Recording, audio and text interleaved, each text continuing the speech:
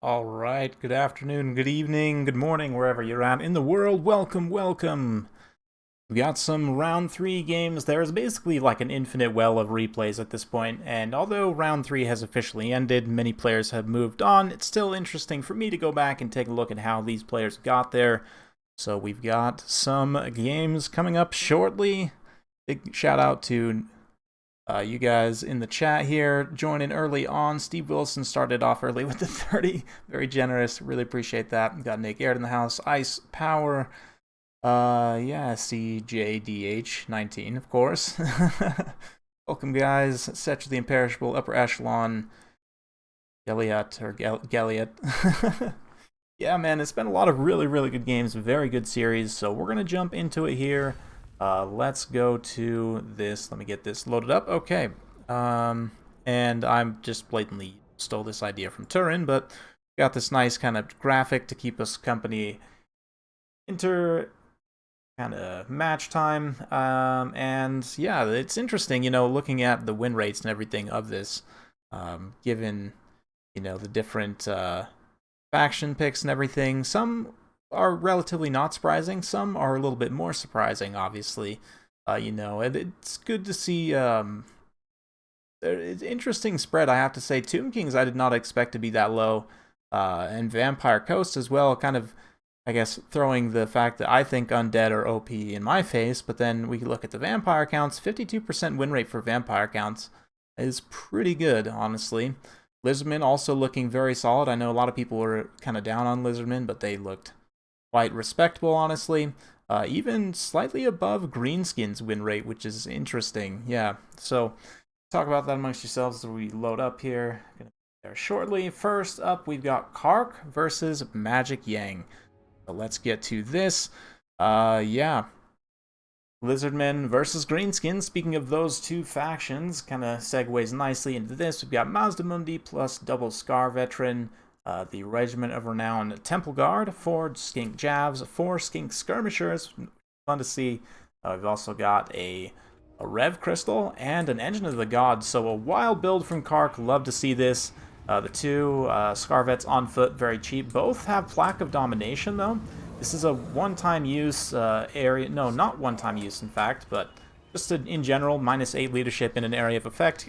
Very good against Greenskins, obviously. Not a lot of players remember that this is even an option for these guys, but I kind of like that. You can use one after the other, get that negative leadership up. We've got this Engine of the Gods as well for some orbital bombardment strikes. On the Greenskins side, Skarsnik, nasty Skulkers, some Stone Trolls, Orc Arrow Boys as well, plenty of Goblins, couple of Black Orcs in the center, and Spider Riders out to the flanks. The Skink Skirmishers is an interesting one. Most people would go with Chameleon Skinks. Skink Skirmishers offer a little bit higher volume of fire. They've got 90 unit models. They don't have poison attacks in melee, but obviously still poison missiles. Don't do quite as much damage per model as Chameleons, but they're also here. They also have Vanguard. No stock. Let's see how things kind of shake out so far. Kark just advancing slowly, as he probably should. Very patiently getting into position here. Not wanting to overextend. The Greenskins, honestly, with these Spider Riders, could try and push out and go after these Skink Skirmishers. They are a little bit out of position here from the rest of the army, but let's see. I mean, the Spider Riders are, yeah, 78 speed, 48 speed for the Skink Skirmishers, so even with the poison at range there, they should still pretty easily be able to catch up with that. Yeah, that's true. That's true. Some of the Vampire Coast builds I've seen were definitely very strange. And Coast and, I don't know, Tomb Kings is also a faction that I recommended in my videos. Potentially a good one to start, but a nice net orbital bombardment. Fortunately, the orbital bombardment just really isn't what it used to be in terms of damage. Still pretty solid damage, all things considered.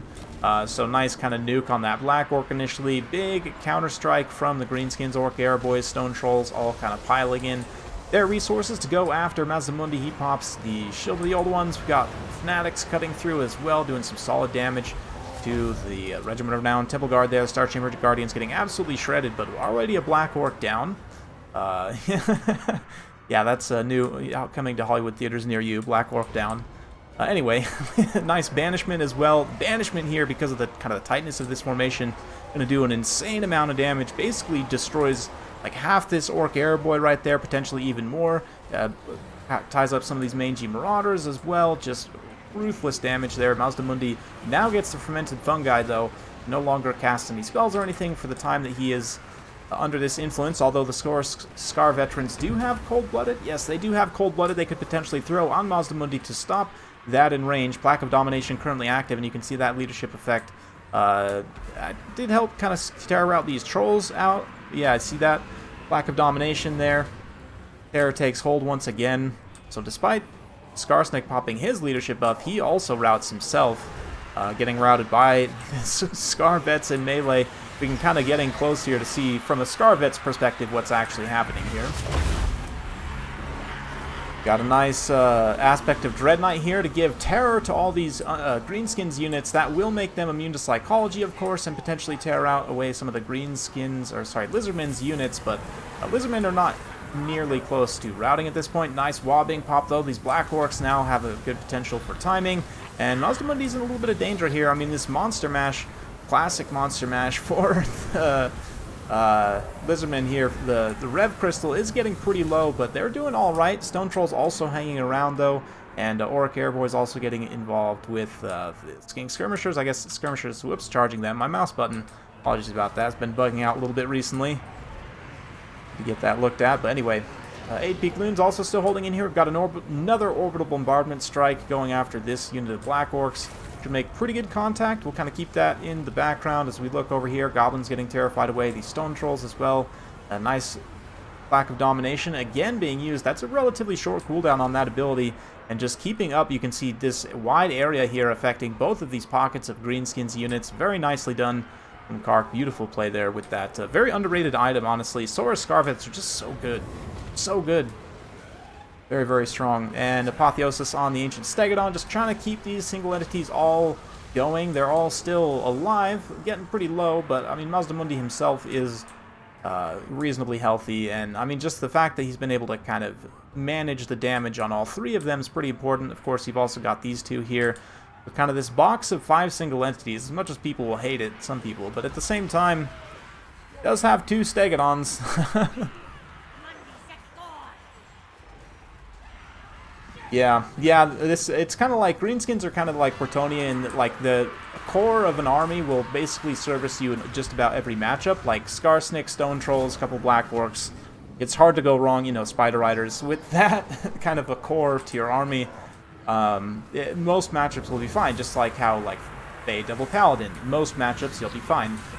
Like here, Kark coming in with a very interesting build, and actually one that does perform quite well in practice, it looks like. Double Plaque of Domination especially, just, you know, making that leadership issue more of an issue, going after what the Greenskins are weak at, even still, to a degree. I mean, yes, you have Bob, yes, you have ways to get immune to psychology, although I don't think there was any Bob here, which definitely would have helped these Stone Trolls not get terrified a few critical moments.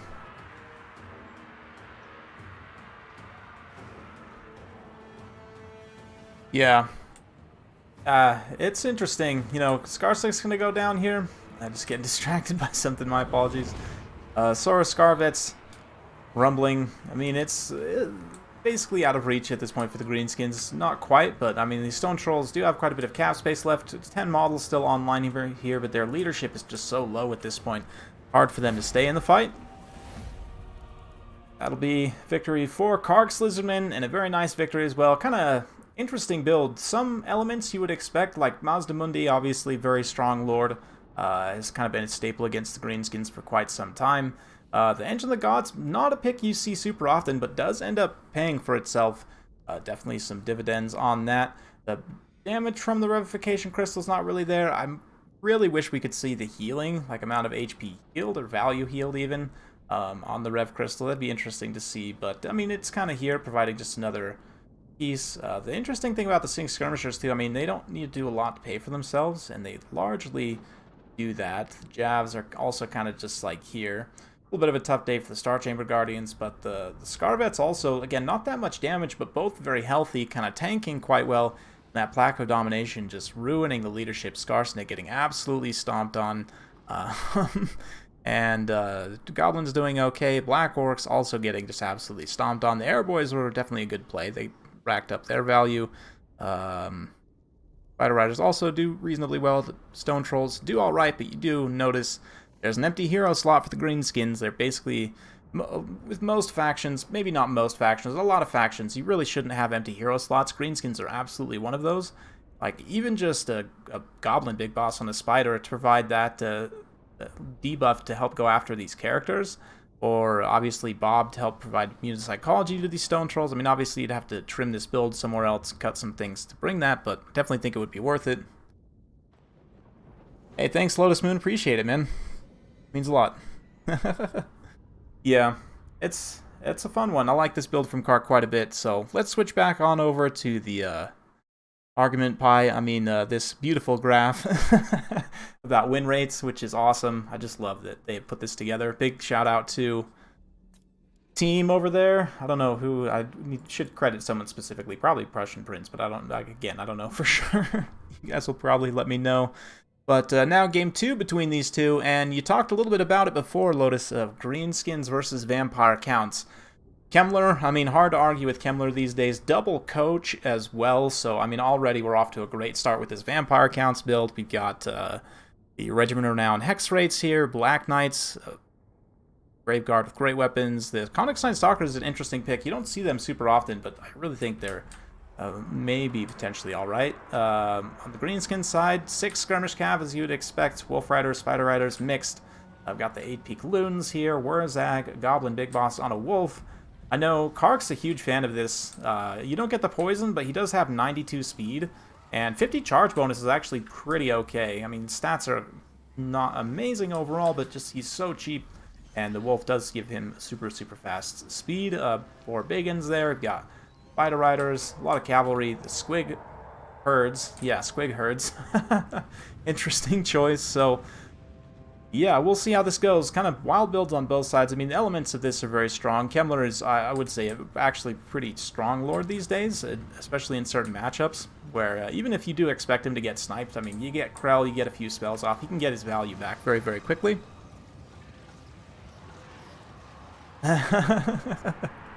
Yeah, I mean, all of these, they're not necessarily totally spoiled. I'm trying to not completely spoil it, but obviously anyone who wanted to go and look who has access, even just in the Discord, you know, you can see who made it and who didn't. But anyway, yeah, I've got a nice engagement here. Kemmler popping down Death Resurgent, Dance Macabre as well, very nicely done to hit stat upgrade. You look at this, these zombies here, if I can get their unit card. Maybe I can't actually get their unit card. Yeah, 34 melee attack, 30 melee defense on zombies. They're literally Empire State Troops for a short amount of time with that kind of double layer attack there, so very nicely done. Zombies will trade decently. The Black Coaches as well, acting in this mobile role to terrify away all this light cavalry, is just great. And then over here we've got zombies doing a great job catching arrows with their faces. This is exactly what you want from zombies. Super cost effective. Thanks, guys. Squig Herds kind of get enraged into some more zombies over here. Konigstein Stalkers are also kind of there. The Greenskins already feeling the pinch of that leadership, and these Black Knights sweeping. A lot of Skirmish Cav and Light Cav presence, which is a little bit flimsy in terms of leadership and kind of defensive stats. Kind of falls apart quickly against the Vampire Counts here, and yeah, you can see already the balance power pretty quickly turning as lots of Greenskin stuff just gets terrified and takes a bunch of free damage, more or less. Black Knight sweeping through, getting on these Spider Riders. Squig Herds actually doing alright. The Squig Herds is an interesting play. I mean, you don't really see them too much. They're a unit that I do kind of need to look into a little bit more. But effigy to get on the chill guys here. They're a pretty big deal just because, I mean, Wurzag doesn't have Brain Bursta, which I think is definitely a mistake in this matchup. I'd absolutely say you want Brain Bursta to go after Ethereals, potentially. Looks like he's got Fists of Gork, which could potentially help him out here. It does look like he uses that on the Orc Boar Boy Biggins. But they're not really, you kind of look at the engagement here, they're not really actually fighting, unfortunately. And oh man, here comes Krell. Krell getting in the fight, just chopping these poor Bull Riders up. Absolutely wrecking shop on their faces. All the spells being used, and in fact, the Chill guys do end up taking quite a bit of damage, but Undeath Resurgent on them to help keep their leadership and also give them a little bit more melee defense. With that Undeath Resurgent up to 56 melee defense, that is pretty significant. Got this Skirmish Cav force back for the Greenskins as well, so trying to put some poke in here. The problem is, like, they don't actually have that many great targets to shoot at. Their lack of armor piercing damage, I mean, they'll do some damage like the Graveguard and so forth, but Black Coach is 60 armor. They're also probably all charged up by now. You can take a look here. Yeah, damage resistance on them, 44% ward save is just absolutely insane. It actually makes it pretty difficult to deal damage with them with these kind of low DPS bows here. So, very quickly approaching army losses for the Greenskins. Magic Yang managed to pull it back, 1-1 on the series. Hey, what's up, Pharaoh? It's a weird Greenskins build to use. It is indeed. It is. I mean, I like elements of it. I like thinking outside the box, but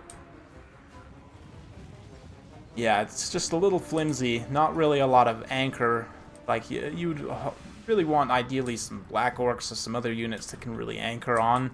Even then, though, like, all this Graveguard with great weapons here. Krell also kind of crumps Black Orcs to a degree in melee. I mean, they'll also kind of crump him, but they kind of just kill each other, right? Yeah, the Chill Geist, though, look at this.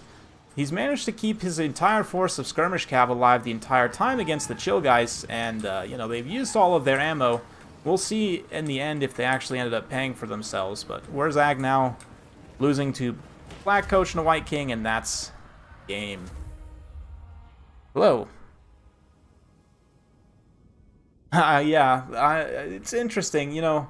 I'd be curious to know what he was like expecting to go up against, and I guess just the mobile harass here and kind of hit and run tactics, trying to exploit the slowness of the vampire counts, but I'm not really sure. Maybe expecting like a cav build or a flying build.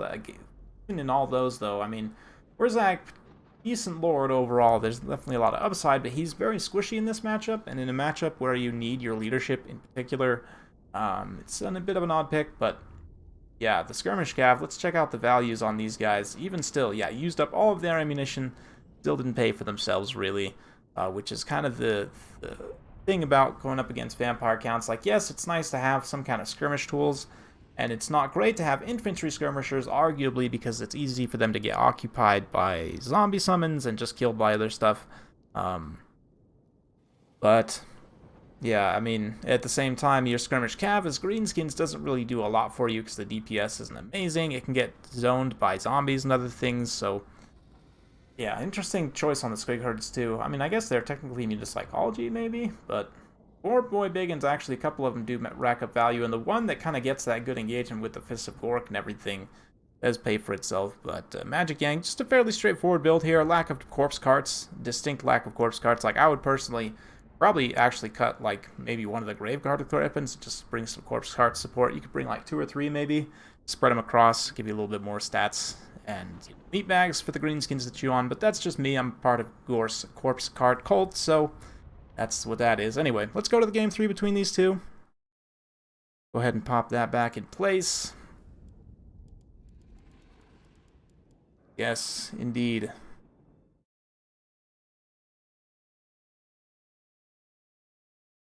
Greenskins OP, they subsequently lose both matches. Right, I mean, that's just kind of how it goes, though. The thing about a faction being strong is that people will practice more against them, right? And especially if the matchups are actually more even than what a lot of people perceive, then you end up in a situation where you might actually see more losses than what you would expect for a given faction. But anyway, Beastmen versus Lizardmen now, which potentially a tough matchup for the Beastmen, but let's see what Kark's got going on here. This is an awesome build. First off, we've got tons of pigs and Minotaurs with shields, which, huge fan. If you're going to take Minotaurs, you should basically be taking shields, and that's the end of the discussion. Razorgore Chariots, Ungor Spearman Herd. We've got some Harpies as well to help screen Pterodons, which there are 3 of. We've got Solar Engine, double Solar Engine, plus Mazda Mundi, so lots of monster presence to take on. Some Saurus Warriors, Skink Cohort with Jabs, Cohort of Sotex, Feral Cold Ones. Feral Cold Ones is an interesting one. I don't really know what you plan to use these against in this matchup. Maybe as a counter Chariot, but even still, I think the Razorgores probably win that engagement. Anyway, Mazda Mundi comes forward. He's immediately going to drop some terror all over these Ungor Spearman Herd, and the Beastman Assault is going. I really like the pick of the Razorgore Chariots here, actually. The armor piercing, they can cycle charge monsters in the late game, but they're one of the few Chariots, I think, that are, well, I should say one of the it really, I'll just put it like this. The upper tier of chariots, right? Like the bigger, heavier armor-piercing chariots are the ones you should take against Saurus. Like the lighter chariots generally don't work well against them, but here, the Saurus just getting bunker busted. Nice net here, does catch a lot of resources, but the banishment being used against a lot of multi-model kind of monstrous units aren't going to take as much damage from it as like these infantry would. Potentially it could go and do some damage to the Razorgore herds, which it looks like it does, but a big just center rush here from the Beastmen, and a lot of the Lizardmen support units are falling apart. You can see in the back here also Skink Javs just get ran over by pigs. So this very heavy Beastmen rush so far getting home on a lot of their target objectives, but terror is an issue, obviously. These Razorgore herds getting terrified away out on the flank there. Pterodon's starting to fold up, and the Beastmen will also kind of run out of steam relatively quickly. The Beast Shaman actually shatters here before he gets his second Manticore summon off, which is a big deal. That's quite a bit of value lost there. But he did get the one Manticore at least. So Kark's got to try and make the best of this timing push while he's got that active. All the pigs rushing in here. Big old bunker bust to light up the last of these Saurus. And yeah, the Razorgores, again, just straight up charging the Saurus. Once the Saurus are gone, then the Minotaurs should be able to fight the monsters a little bit better, along with the pigs and everything. Just getting rid of those support units are very key, because once the monsters are isolated, like all of this nasty armor piercing, they really can't stand against, at least on paper. But Beast Lord on his chariot as well, wild pick, lots of great support abilities here. He hasn't faced too much adversity in melee combat. Kark's been doing a good job cycle charging him in, which he does have. 103 charge bonus, very good stuff. Hits for 500 weapon strength on the charge, so this is potentially bad though. Net gonna be popped on the Beast Lord there, and he's somewhat stuck. This one Bastiladon's probably gonna rout, but he is currently kind of potentially in the triangle of all three of these monsters, but they actually are not focusing him. Anzabumni instead gets side charged by the Razorgore chariots here, and the Minotaurs also sweep over. Apocalyptic Vision being popped from the Beast Lord buffs up the melee attack of everything in this area of effect, and you can see 53 melee attack for these Razorgore chariots. They're just sitting in sustained combat against this solar engine here and actually doing some damage to it. Maybe, yep, there's a chunk of damage. There's a chunk, another chunk there. Hilarious.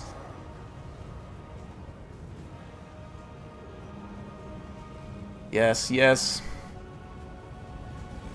Where are the Greenskins?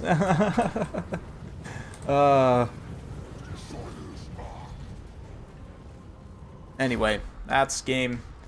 Getting caught up on the chat here, kind of get focused in on the streaming, but yeah, the Lizards, they had what you would kind of expect on paper, at least, as a relatively straightforward build. But actually, I mean, the solar engines are very good. This is one matchup though where I don't know they're the best. I mean, maybe you take one, but yeah, it's just interesting. You know, all this heavy pig push.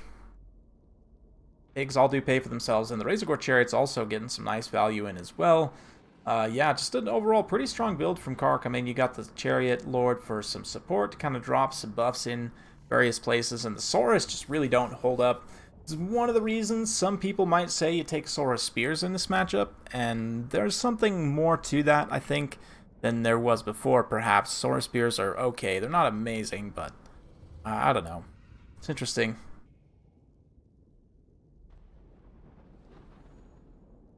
Solar engines are matchup defining. Yeah, very, very good unit. They actually, like, Wood Elves, it, like,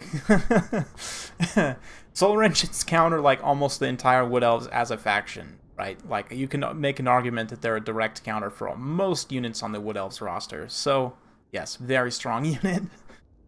Minotaurs went burr. Yeah, I mean, the Minotaurs actually, they just are part of the pit. The blob went burr. Really, the herd went burr.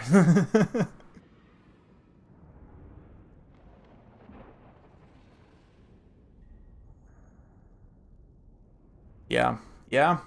Kark pulls it out. This is a win for him in the series. I need to check the final standings. I actually meant to check that before this, but yeah.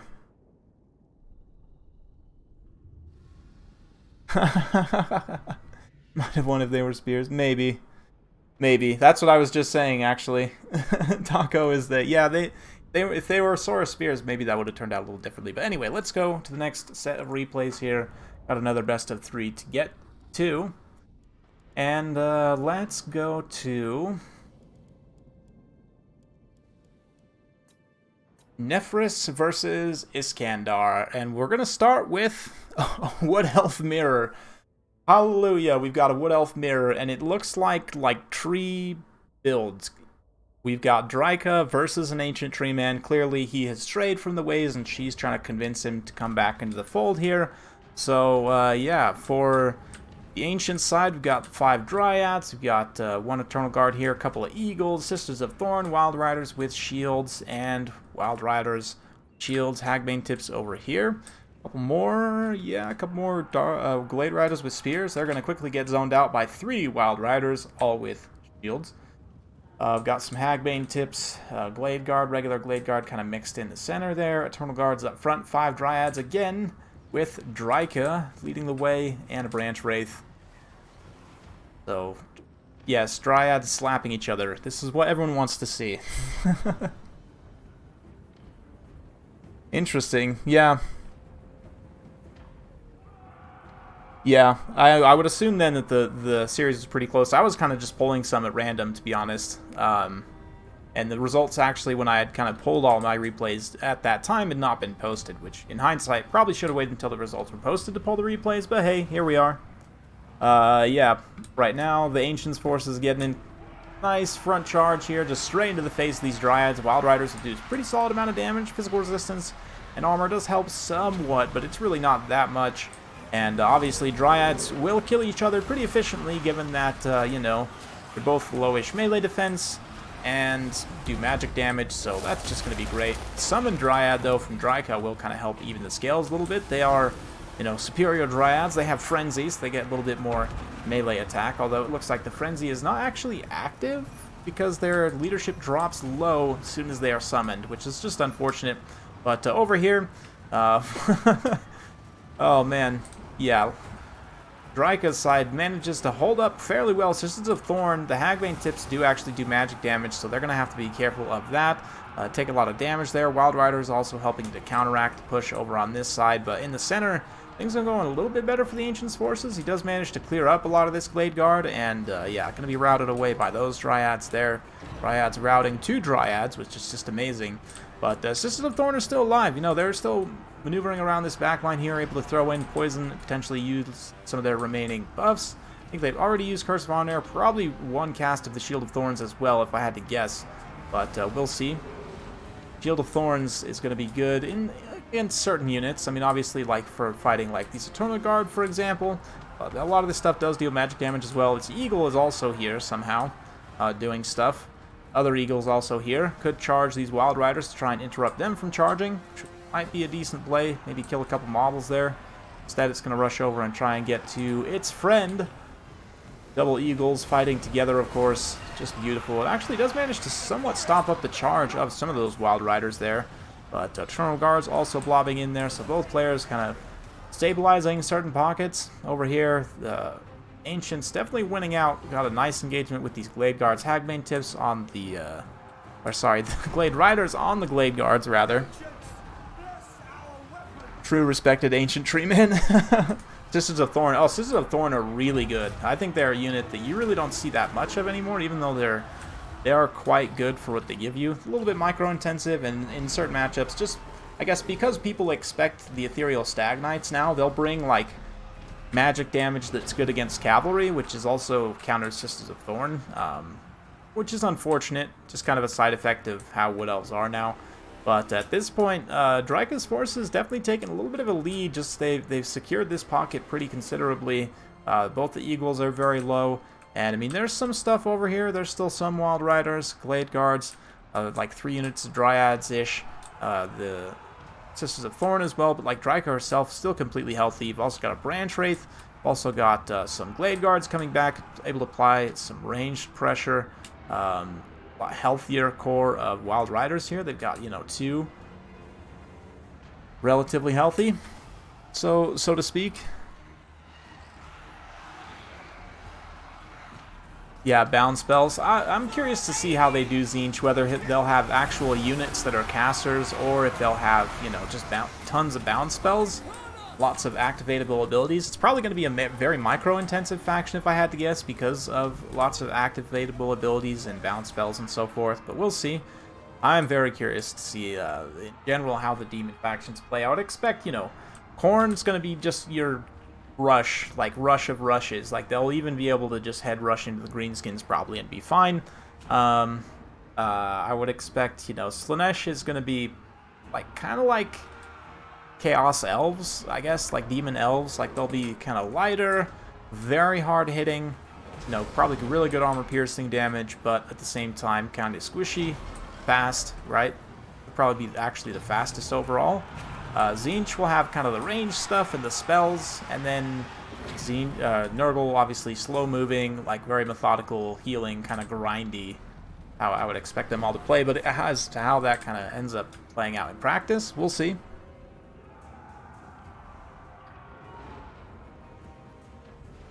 We shall see. Speaking of seeing, got a little force here of the Ancients Cavalry trying to countercharge on this Wild Rider here, and it does look like they actually get the engagement potentially, but that also brings them in range of these Hagbane tips, and thankfully it is, you know, one Hagbane tip out of these remaining Glade Guard, one Hagbane, which allows them to apply poison at a distance here. That is going to significantly affect the speed, also affects the weapon strength, you know, just lots of things.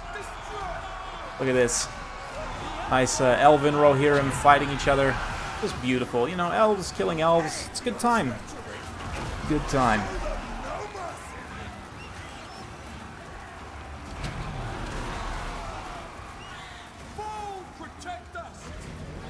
Yeah, Khorne will be interesting. It'll be like ultra aggro Dawi, like, you know, because they're not going to have any magic either, right? So, and they're not going to have any ranged either, I would imagine. It just kind of depends on how they function as a faction, honestly. I'm legitimately curious to see how it plays out. They could be potentially very strong, even in the hands of a newer player, depending on how they're balanced. But anyway, Draika comes out on top there. Iskandar takes the first game of the series. Nephris Ancient, unfortunately, just not panning out at the end of the day. A superior Wild Rider force here just ends up winning out. And wow, 2,200 damage value on Wild Riders. Not bad at all. Kind of makes sense in this matchup. Wild Riders with shields, good missile block chance, great damage against unarmored targets. Yeah, it's great stuff. The big old wide line of Glade Guard also pretty nice as well. Just a almost full 20 stack with Wood Elves, which is respectable. You know, true respected right there. The Dryads, on the other hand, you know, the kind of the more all-in Dryad rush with the Ancient does okay, but unfortunately the Eagles kind of a little bit of a letdown. Sisters of Thorn as well, a little bit of a tech pick, excuse me, as I smack my mic stand. But they also just had a little bit of a tough time completely paying out. So yeah, let's go to game 2 between these two. See if Nephris can hang on. Of course, game 3. Wood Elf Mirror. It was a Wood Elf Mirror, and they didn't even try and kite each other to death. So, you know, it was a Wood Elf Mirror where they both just kind of rushed, which is even weirder. Anyway, now, you know, because apparently we need just, like, similar forces fighting each other. Not quite a mirror, but we've got Bretonnia versus Empire and Steam Tank Triple Mortar. The builds today. I love the builds today. Steam Tank Triple Mortar, and then, like, 5 halberds and 2 spears. Wow, Empire Knights. We've got Karl Franz up in the air, and a healer for Karl in the Steam Tank. Karl, Steam Tank, 7 spears, basically, and 3 mortars. Okay, that's a build. That is a build. I will admit, that's a build. Meanwhile, no Fey-Enchantress. Nice to see. Change of pace. We've got King Lewin, Paladin, Knights of the Realm, questing Knights, mixed, 1 questing Knight, 4 Knights of the Realm, Damsel Lord of Life, 5 archers, and 5 mobs with a couple spears on the flanks. And yeah, already I'm seeing a distinct lack of anti-tank trebuchets, which is an issue for sure. Mortars are starting to do some damage initially on the peasant archers, which is what they're here for. Counts versus Coast. Oh yeah, Skaven versus Greenskins. There we go. Just all the most hated factions against each other. That'd be great. Yeah, you know, actually, it should be Coast versus Skaven, probably. Anyway. Steam Tank just standing full in the front line, fearless. Cav starting to kind of overload on this side. I'm not sure, you do notice this poor little, you know, kind of collection of hovels right here. It is impassable terrain, so they cannot charge through to get at the mortar right here, and some really nice usage of terrain by the Empire player. Undead Skaven Vampire it. Oh, there we go. Carl dives in the front line. Lewin also diving in. We've got a little bit of Earth Blood, probably on both sides. All the stuff from Karl Franz, also the Sword of Corone, kind of counteracting some of that here, but the Knights of the Realm do absolutely get bunker busted. The infantry support, though, you can see the Halberdiers rushing in against the Bretonnian Knights. It is going to be a pretty good situation for the Empire. Lots of poison raining in, though, and Karl is getting absolutely just mollywopped here by the Paladin plus Lewin, and that's a problem. Steam Tank's now going to charge in and kind of body block for him. The Empire Knights also, of course, true linebackers, or fullbacks rather, just throwing blocks in there for the running back. Karl manages to get back up in the air, and he's doing just fine. A little bit of healing on him from that regrowth, and he's back up to full strength, more or less. In fact, basically fully full strength, like actually totally full strength. Now the Steam Tank is kind of anchoring this blob here in the front line. The Empire Knights pulling back. The terror of Lewin is pretty real. The State Troops are going to have a little bit of a tough time against that, but yeah, the Bretonnians, a lot of their stuff also terrifying. Obviously, these peasant mobs really can't stand up well to a Steam Tank. Karl goes for another risky dive here. Is going to get taken 2-on-1 by King Lewin, and the Paladin once again got some good damage initially on that Paladin, but the Halberdiers pushing forth once more. Steam Tank also kind of pulling back some of the Knights of the Realm. So just wild stuff all around, back and forth. Oh man, Halberdiers doing a pretty decent job at this point. The mortars also 1 and 2 still online here, able to fire in and try and keep these peasant mobs from making too much of a difference. But the cavalry for Bretonnia, they're getting some work done. Questing Knights are still relatively alright. A lot of the Knights of the Realm, though, are struggling in terms of leadership and HP and so forth. A nice rear charge. Ooh, maybe not so nice of a rear charge, as my English completely fails me. Some of that was blocked by routing Empire Knights, some blocked by the trees. Just a weird charge there, not really super impactful. But Karl manages to stay alive, you know, not getting caught out by the double goon squad of Bretonnia. And right now, King Lewin, like over here, trying to bail out some of his other cavalry here. But the halberd line, the ring of steel, so to speak, is holding for the time being. And the Steam Tank's just a problem for these men-at-arms. The nice shock damage on a rear charge there. Definitely terrify away the entire blob, so these halberds can just stay set and keep doing their protection thing. Karl, another strike, this time gets the steel chair to the head of the Paladin successfully. Lewin comes in a little bit late, and now the duel of the fates. They both got their lightsabers out, you know. Obviously, Karl's got the two-hander, whereas Lewin's just got your traditional, you know, very standard type lightsaber.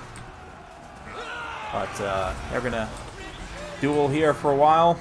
And both relatively close to their healing cap. Karl a little bit lower on HP, though. He is going to skedaddle on out of there and allow the Steam Tanks and the halberds to do their work. A damsel out here in distress, potentially. Karl could sweep out and try and take her on, but in fact goes for the kill on Lewin. Screening again some more with some halberds. A hit on the back of him. If he can get Lewin to rout, rather, and he does, Blessing of the Lady is lost. And that is a huge loss for Bretonnia. Obviously, he no longer regenerates. He no longer gets his physical resistance, you can see there. So, yeah, no more regeneration. And not quite at his healing cap. I mean, he got most of the value from that anyway. So, how bad is it actually? It's pretty bad. Bretonnia might lose the battle, in fact. Steam Tank is completely healthy at this point, and kind of the fact that you have the Steam Tank plus Karl, a lot of the tools that would be used to kill the Steam Tank are going to have to be used on Karl. And he punches back hard enough against those tools that it turns out the Steam Tank in the late game just kills everything else. So, yep, peasants getting run over by tanks. Such is the way of the Empire. Carl fleeing down onto the ground by charging these spearmen, which then allows, oh, the MLG block, the MLG charge block from the steam tank allows Carl to turn around and get a rear charge. The steam tank also, I mean, it has a pretty high charge, 80 charge on the ground, like charging into the side of Lewin when he's on the ground can do some very solid damage. Wow.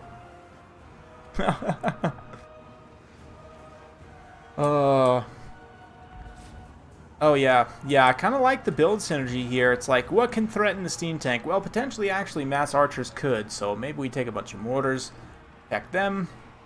Yeah, on this map too, cannons can be a little bit tricky just because the lines of sight are somewhat weird, but I like the pick of the mortars. Empire Knights pushing forward. Lewin and his paladin still trying to finish things, but Carl takes no prisoners. I mean, maybe he actually does against Bretonnia, but going to quickly be army losses. So Nephris manages to take it back. A beautiful Empire build and just an awesome game overall. Empire versus Bretonnia. I'd like to see it. And the steam tank triple mortar. Oh man, that is, you know, unexpected. The 7 spear units, basically the 2 spears and 5 halberds, is a little bit more expected. And since the recent cost decrease, halberds all of a sudden now they're wildly cost effective. Pretty much all of them pay for themselves. One of them even almost doubling their value, so that's good to see. You expect that to a degree against Bretonnia, but what's another weakness to halberds? Archers, of course, and the mortars do a great job against them. On Bretonnia's side here, Lewin just carrying value. Knights of the Realm actually also do pretty decently, considering the build they were up against. They didn't really have a lot of great targets to go after. Them plus the Questing Knights all still perform admirably. Peasant mobs, some of them actually pay for themselves in terms of value. Peasant archers, though, rarely, one of the few times you will see them not pay for themselves, but that's largely due to the mortar play here. They were not really too much of a factor in the battle overall. So, yeah, Nephris manages to make it a game 3. Interesting build.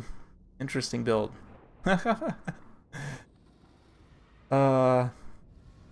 Yeah, only Knights of the Realm with the one Questing Knight, so it's an interesting one, you know. No Fey Enchantress is different, which is nice to see. I think we all can agree on that. So let's go to the next one here.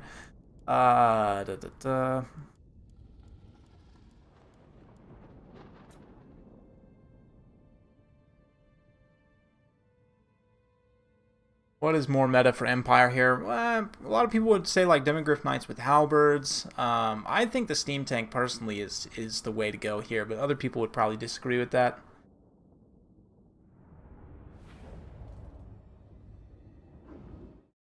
Yeah, I don't know. It's hard to say.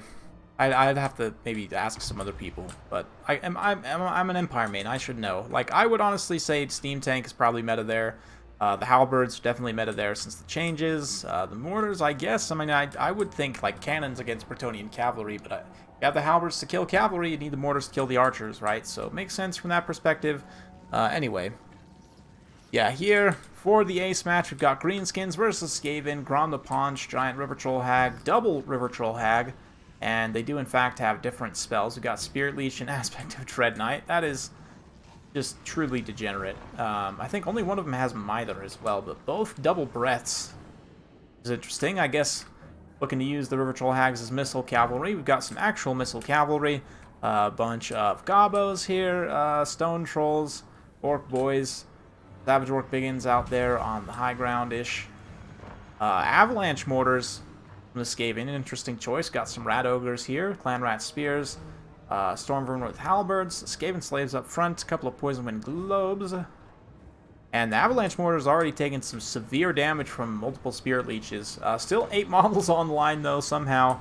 And all they need is a few volleys to really pay for themselves. Getting some nice contact on those Savage Orc Biggins there. But a few volleys from those archers, and they could, yeah, start to drop some models, which they did already drop another. But look at this. Poison Winds come forward.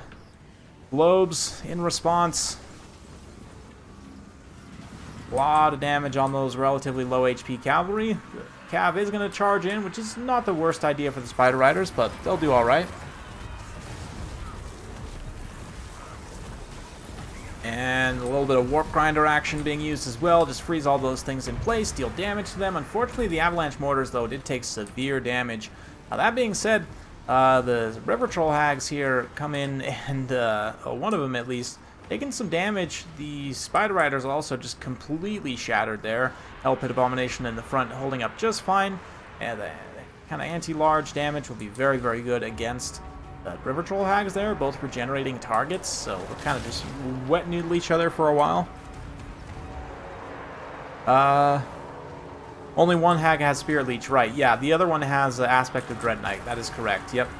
Nice Fanatic cast. Unfortunately, does quite a bit of damage to the Savage Orc Biggins as well, and not looking great for the Greenskins initially, but they're starting to break through on certain fronts. But those Savage Orc Biggins, man, expensive unit, relatively speaking, to be routed off so easily. Speaking of routing, these Rout Ogres getting charged by Grand the Paunch. I mean, that's probably fine. Gobbo's also kind of filtering in up and around the flanks as well. Gobbo's trade reasonably decently against the Skaven chaff, but the Stone Trolls very late to the party here. Kind of a little bit of a disjointed advance from the Greenskins, not able to bring all of their forces to bear at the same time. Also, must have had Dreaded 13th. I missed the explosion damage. Let's see. Probably did some damage there. 79 kills on the Grey Seer. Halberd's also fighting, kind of stopping up the advance of the Stone Trolls, funny enough. But critically, both of these Poison Wind Globes are still online. And the Spider Riders are going to try and get on them. While being popped now, Greenskins have a pretty strong push over on this flank. So definitely not looking too far out of reach for either player, honestly. Still quite close at this point. Avalanche Mortars are long gone, and the Greenskins, some of their forces a little bit disengaged here, but could definitely get into combat. And the Skaven, rather, a little bit shaky on their leadership. You know, we've got the Halberds here, the Regiment of Renown, Council Guard still holding out just fine, but Stone Trolls getting a little isolated from the rest of their army. These two Savage Orc Biggins could come in and try and support them, but the Globes are now in a position to begin firing there. Greenskins taking a little bit of a lead on the balance of power, though, as Light Cavalry kind of mop up here some of the Rat Ogres and some other troops. The Hell Pit Abomination taking quite a bit of damage, and the River Troll Hag just fighting, able to continue fighting and continue healing both. So that's just fine. But it's going to come down to these Globes here and kind of the saga of the Globadiers. They're able to carry against the rest of this stuff. I mean, obviously the Stone Trolls are definitely still a factor as well. More or less will be countered by the Council Guard. Excuse me as I smack my mic stand again. Yeah, it is very expensive. Very, very expensive.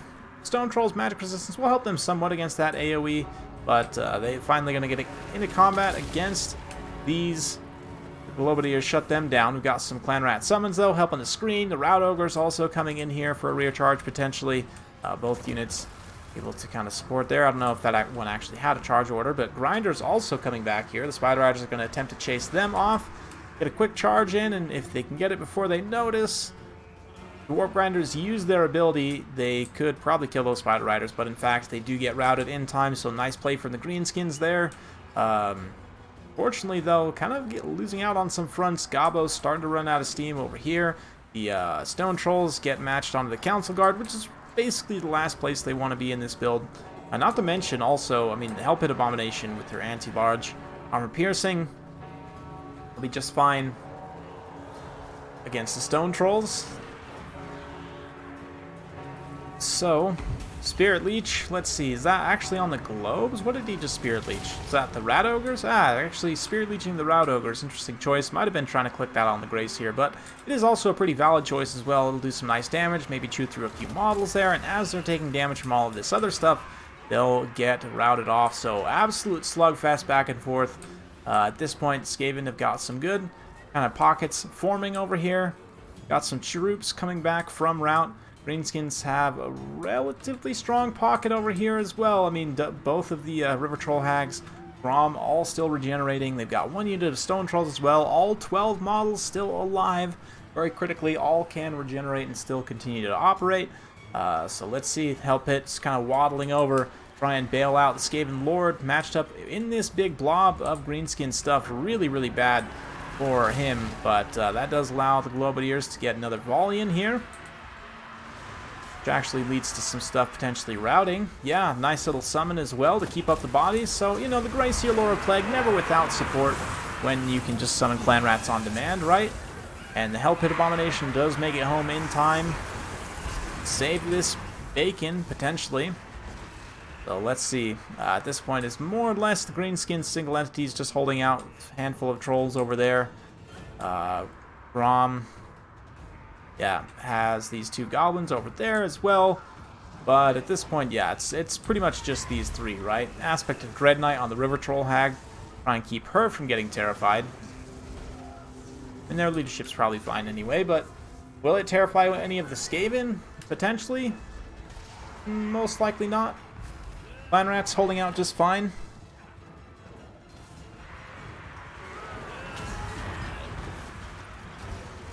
Skaven Mortar. I don't know. The Skaven Mortars, they're alright. I've been seeing less of them than I did before, which I think is good, but...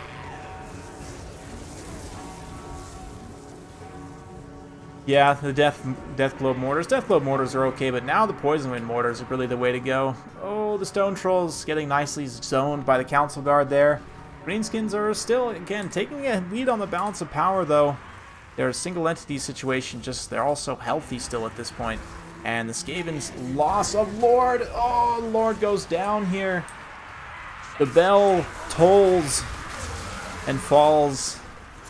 Grom lifts his axe up in the air, waving it like you just don't care. The Hell Pit Abomination feeling fine, though. You know, it's still got the Council Guard here to fight.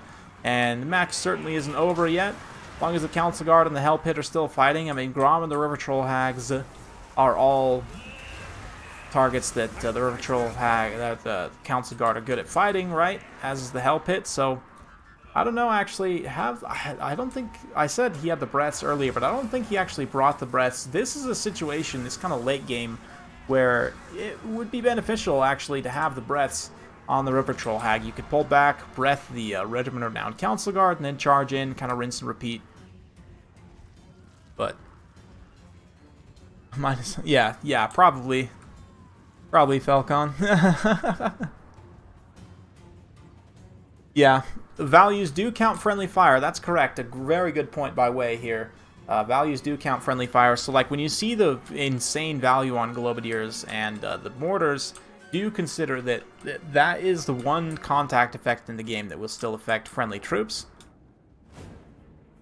A little bit of skirmishing late game by the Greenskins as they realize, like, hey, we have some skirmish cav. We don't necessarily have to fight in melee.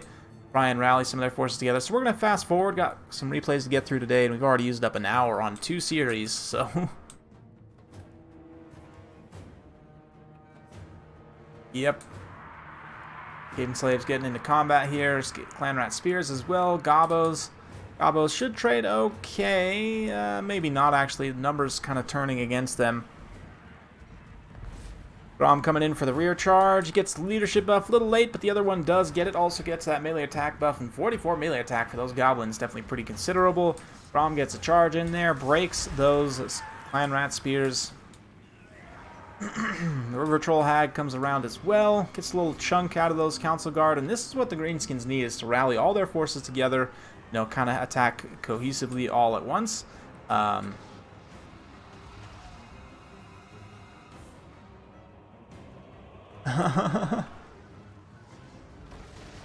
Oh yeah, hopefully.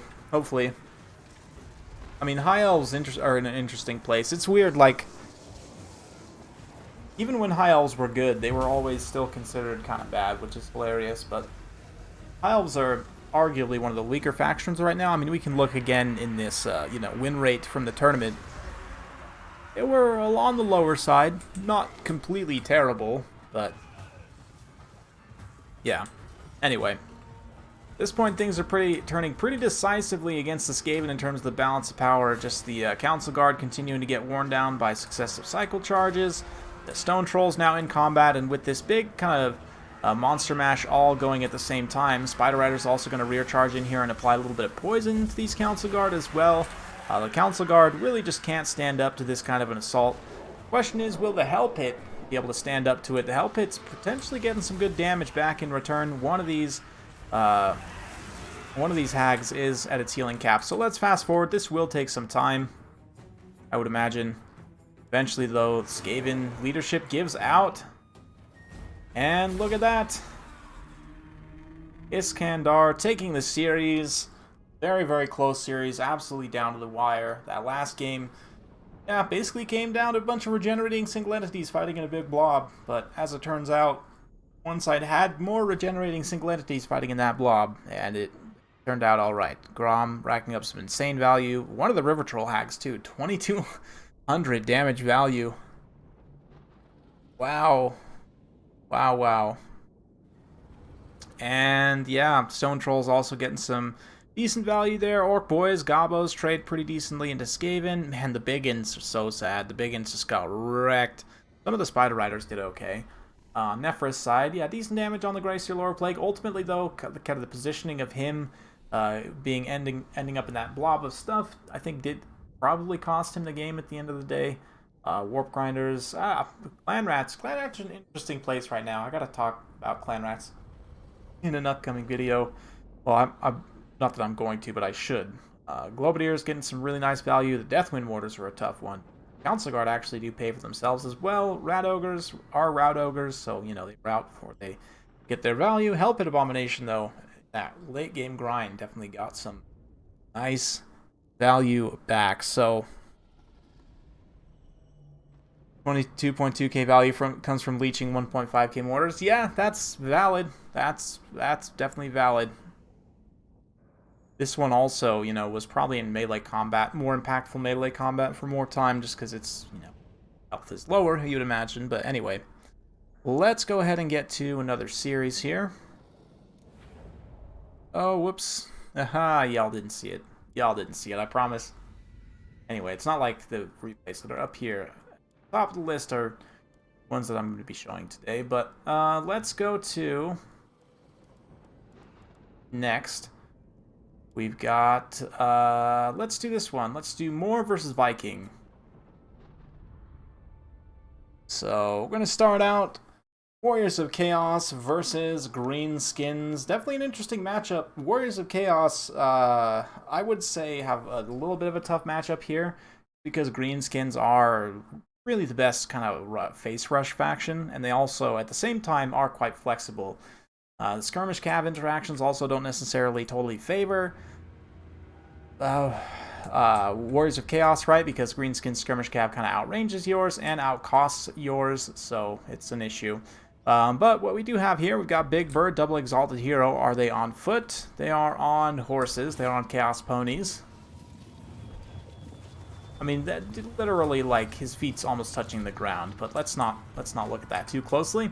I've got 3 chosen with great weapons here. We've got some Chaos Marauders up front, some Poison Warhounds on the Greenskin side here, Wolf Rider Archers, Spider Rider Archers, Azag Leslatra. Yes, we'll go with that.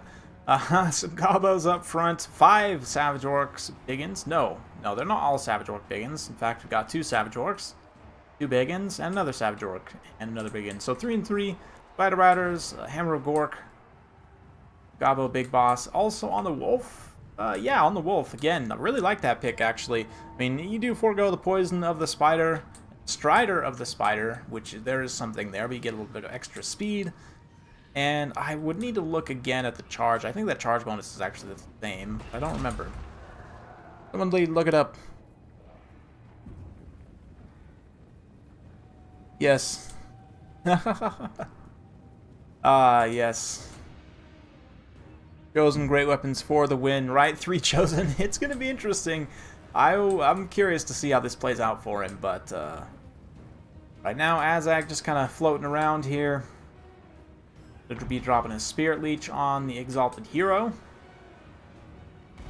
which does cause some pretty nice damage to him. You know, character on horse, decent amount of HP, not too much HP, but right now just kind of maneuvering around, wasting a lot of the ammunition, honestly, on those Spider Riders and Wolf Riders. They're doing negligible damage to the heroes between the missile block chance and the armor and everything, but yeah, Azag's got to be a little careful here. He's got 2 Manticores to face off against potentially in the sky. He's gonna try and go to ground, but on the ground there's Chosen. So, you know, you kind of got to pick your battles, honestly. But here, nice play. These Spider Riders, Wolf Rider Archers get set up, fire against the Chosen. 120 armor on the Chosen. They're going to resist quite a bit of that damage, but hey, every little bit of damage counts. Because despite the fact Greenskins infantry is very good, I don't think Savage Orc Biggins beat Chosen with great weapons, but we'll see. Alright, now Big Bird comes in, bunker busts some goblins, immediately overrunning into the other goblins here. Regiment Renown AP Gloons also going to be dropping some hot lead from the sky. Nice Searing Doom proc here. Mostly gets his own Marauders, so MLG, you know, play right there. Definitely happens to the best of us. Both the Manticores are going to charge in that pocket, though. Over here, the Exalted Heroes kind of form up a little bit of a blob with the Marauders. They're going to get gooned potentially by this. The very cost-effective use of the Gobbo Big Boss here, applying that debuff to the Exalted Hero. Azag also cycle charging in, so good kind of hero support there. Take out some of the Chaos heroic units. The Catapult also going to be very key. You can see here on the Chosen, actually, they take a ton of damage on the charge there because their stats were significantly debuffed from the Hammer of Gork. So that blinded effect from the Hammer of Gork proving pretty critical here while also being popped. 37 charge on Savage Orc Biggins, man. They just punch those Chosen super hard. So Chosen, in fact, not performing as well as you would expect in many situations, but over here they get matched up on these Biggins kind of more equally, and with their stats intact, they're able to kind of ground pound those guys, but things are not looking great. Balance of power-wise for the Warriors of Chaos. Balance of power slightly against them, and in the Greenskins' favor, another nice Searing Doom gets great contact on those Black Orcs as Big Bird pushes through. He's going to go after this big force of Skirmish Cav, understanding that there's a lot of value here. If he can kind of break that up, that will equalize the balance of power, which it has started to. Azag also going after this Exalted Hero, but that then allows the Manticore to potentially catch up with them. Got some Poison Hounds in here as well. They could rear charge, get a little bit of poison. He actually does dive onto the ground. So Azag suddenly puts himself in a precarious situation through pursuit.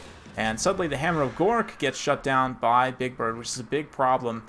That's one of the main tools of dealing with the Chosen, which, I mean, one unit definitely fairly well dealt with, but they're still fighting. And these other two units of Chosen great weapons are basically completely healthy, having just lawnmowered through whatever they come in contact with. So good stuff there. 105 kills. Yeah, 107 kills and counting on that Chosen here, along with Big Bird. Big Bird, magic damage, shock damage. Great for terrifying away those Savage Orcs. Let's see. See how it plays out. Greenskins are rallying. They kind of form another pocket here, trying to do their best to take advantage of their skirmish units, but they're quickly coming up against the white line here, so it's not like they have much more space to retreat.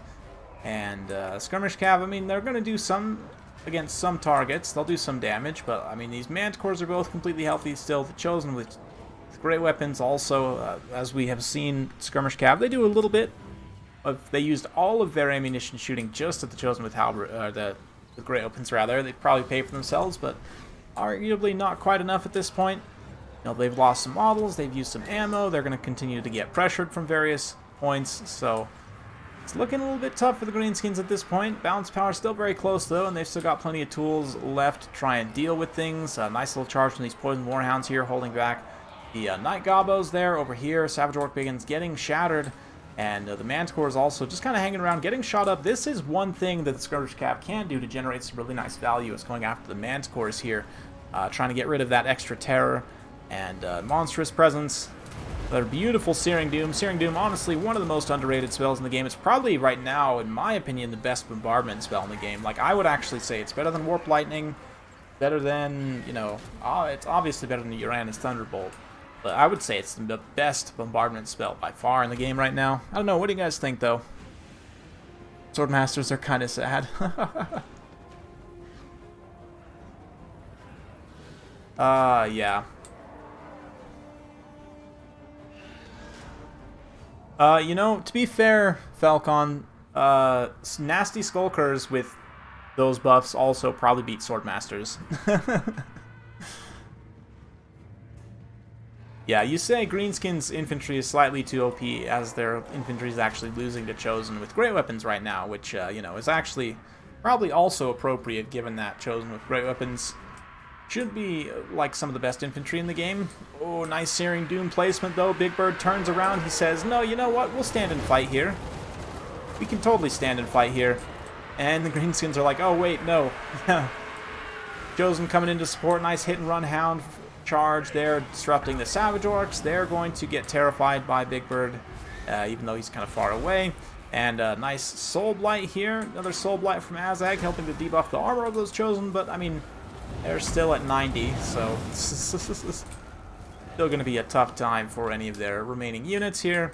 And I'll probably fast forward a little bit through this late game as the remaining Greenskin Skirmish Cav uses up the last of its ammunition, is able to CO off that one Manticore there. But Azag making another risky dive, trying to get that Manticore out. He gets actually killed by the Manticore. And then that's a victory for Warriors of Chaos. So nicely done to Moore. Great game to Viking as well.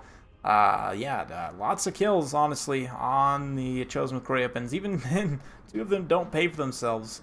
But this one does. Not. That's the great thing about Chosen with Grey Weapons. They're just so expensive, even though they do kind of carry the match in a way. That really, I mean, some of that is because Greenskins units tend to just run away. But Big Bird, man, Big Bird, almost 3,000 damage value on him. Tons and tons of kills between charging around, you know, utilizing those big sweeping splash attacks, and really nice searing doom placement as well. Big Bird ends up winning the day there. Both the Exalted Heroes are just kind of here, soak up some damage for Big Bird, some kind of single entity snipe. Both the Manticores obviously pay for themselves as well. Just great units overall for Viking here. Decent damage on Azag, not probably quite as much as you would have liked, but Savage Orcs also perform admirably considering what they were up against. Look at this. 8-peak Loons as well. Must have missed a good Fanatics cast somewhere. Savage Orc Pagans, a little bit of a rough go. They, again, don't have kind of super ideal targets. So Big Bird is a pretty good target for them to fight, but generally I like to go with Black Orcs in this matchup over Savage Orc Pagans because of the armor piercing and immune to psychology, both very good here. The Skirmish Cav, though, as you'd expect, 6 Skirmish Cav in this matchup is quite expected. It's kind of the meta, if you will. They all pay for themselves, which is great. Rock Lobber, love the pick of the Hammer of Gork here. Does some good damage and also helps kind of even out the fight with some of those more elite targets. But it wasn't quite enough at the end of the day. So, let's see. Yeah. Let me go ahead and get to the next replay here.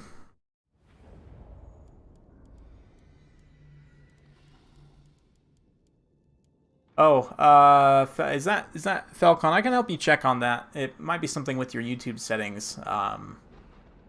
Yeah, that's interesting.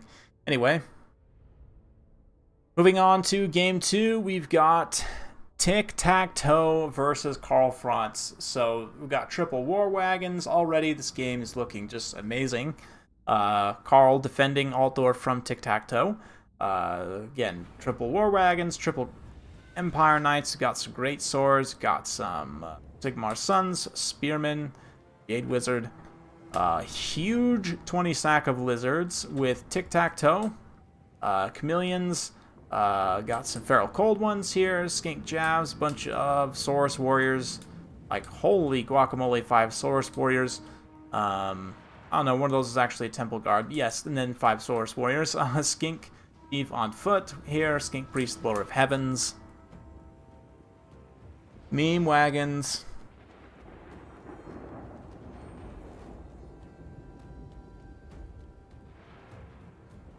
Meme Wagons, yep.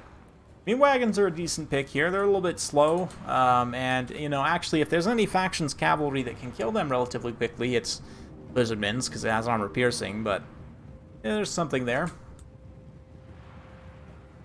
Now they're just skirmishing, doing some damage to the Temple Guards here. The Empire player is going to try and kite with his entire force. More not wanting to engage immediately. And, like, shooting this Skink Chief, I understand that, but from a value perspective, that's actually terrible, given that he is ridiculously cheap. But, yeah, probably I would continue to go after the Temple Guards there. There's not really any monsters to shoot at, which is really what you bring them against, but this is a lot of Saurus to deal with, so I'd probably start going after the Saurus and the Temple Guard.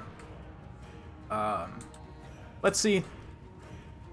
He's going to deploy these great swords here, Viking kind of pulling them away, and a nice little side charge from these Feral Cold Ones. The Feral Cold Ones do pull Carl down immediately, which is interesting. But nice Wind Blast as well, doing some damage to those greatswords. This unit of greatswords looks like the Clever Girls wanted to get in there and get a charge, but in fact they did not. They are now fighting the Saurus Warriors, trading decently, but also taking some significant damage as well. Yeah, again, the War Wagons going after a relatively low value target. The Feral Cold Ones here easily going to get crumped by Carl. But meanwhile, the Saurus are starting to push through various pockets, already eating up a Spear unit here. Sigmar's Sons and Empire Knights going to countercharge back in there. Saurus honestly don't take that much damage on the charge from Empire Knights. But Tic-Tac-Toe, Master of the Skies, sweeping down. He's got all of his buffs up. Carl also pops his buffs. Empire Knights rush in, and this is a risky play for Tic-Tac-Toe, but at the same time, if he gets some good damage on Carl, that could be worth it. Carl gets some healing, regrowth, and Earthblood immediately, just, you know, dumping HP into him, and the War Wagons also get some volleys on Tic-Tac-Toe, but he's a swift little guy. He can get back up into the air and skedaddle on away. Got some Chameleon Skinks setting up a nice firing arc over on this flank. Eat up some of these various units, but the line of Saurus just grinding forward and they eat up all this infantry for the Empire, and even the cavalry as well will have a little bit of a tough time. Let's see. Great Sword still holding for the time being, trading actually very cost effectively with these Temple Guards in the center. That is a pretty ideal engagement for them. Sigmar's Sons also will trade alright, given their melee attack and defense against Saurus. Here, Saurus getting to the back line, trying to butter the bread of those War Wagons, so to speak. Use a Turanism, I guess. Try and do a bit of poke and prod, but in fact they get countered by the Knights and Carl quite nicely. This is kind of a nice little presence of Shaw Cavalry here, but you notice in a kind of more overarching sense, the Empire lines are starting to get a little bit thin and in fact breaking at certain points. Great Swords falling apart here. We've got Spearmen get routed off over there. So how long can the wagon fort stand? That's the real question. Knights pushing forth once more, sallying out, charging down the lizards, and then pulling back while the wagons continue to fire. Nice little slope for the wagons to shoot down on the Saurus. And they still got quite a bit of ammunition left, so depending on how long this game goes, basically the longer the better for the Empire. Lizardmen are going to want to try and end this as quickly as possible. They also have plenty of forces, though. I mean, the Chameleon Skinks can stand and fire against the War Wagons relatively well with their missile resistance and so forth. Let's get yeah, right. Tic-Tac-Toe engages in melee, risky play. Oh, it is against Carl, to be fair. But yes, he's a squishy boy, so engaging is risky for him, even though he's actually a melee lord.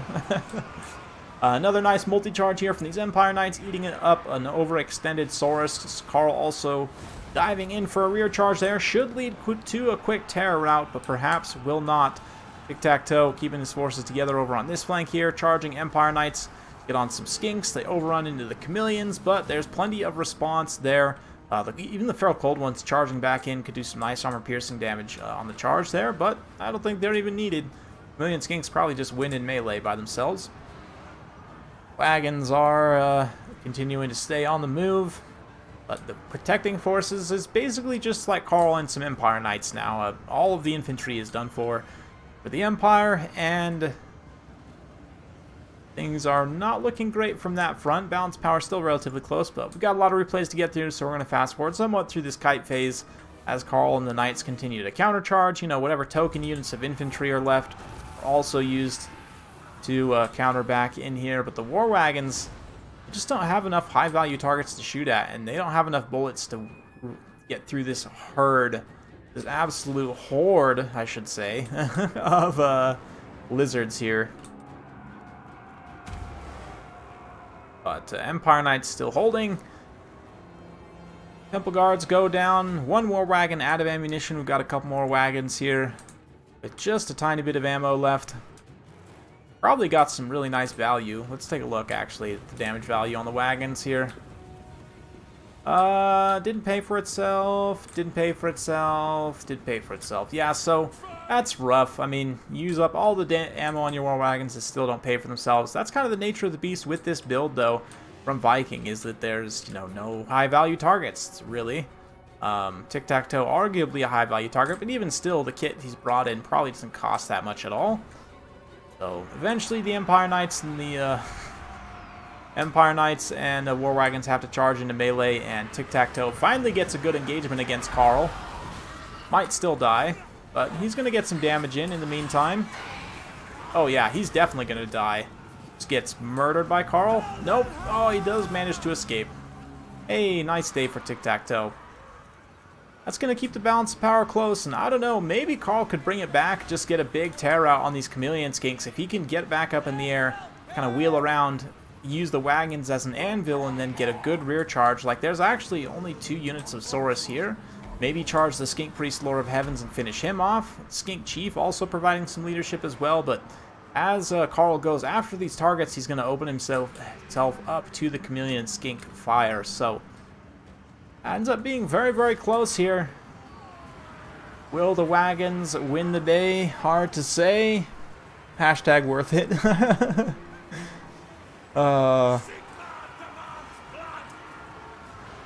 Right? I really wish I could just click a unit and have it keep there. Like, click this Saurus Warrior and it just keeps their card up on the left side.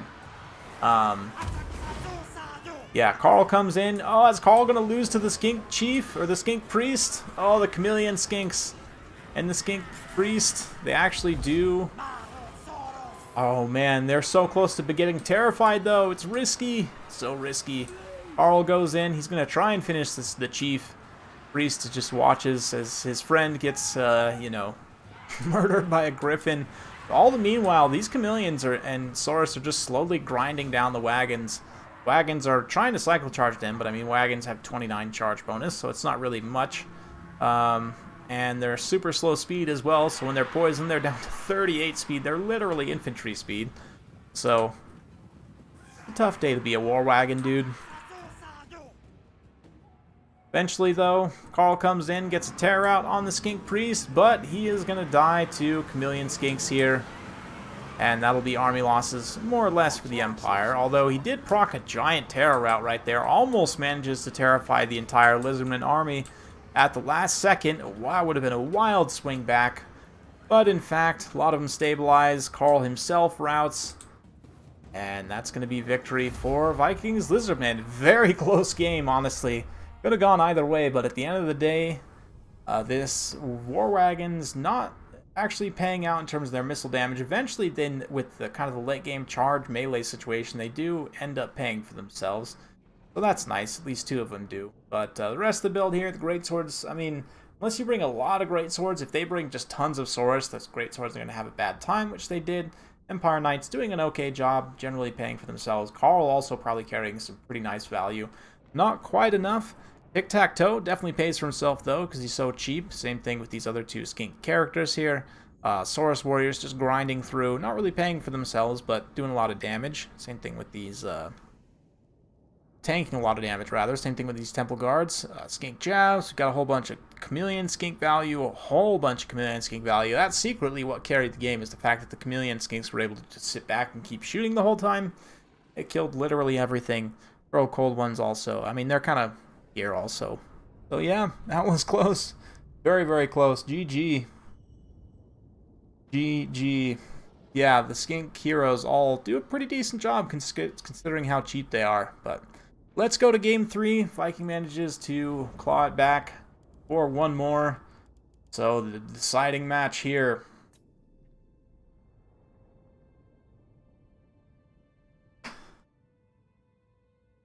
Chameleon Skinks are so great. You don't say. Look at this. Now we've got Manfred versus Faye, and only one Paladin, not double Paladin, interestingly enough. Faye single Paladin. We've got Manfred double White King on foot, Manfred on horseback. We've got Graveguard up front, regular old defensive Graveguard. A couple of them, some Skelly Spears, bunch of zombies, 3 Blood Knights, and the Dire Pack, as well as a Balefire Corpse Cart. Haha.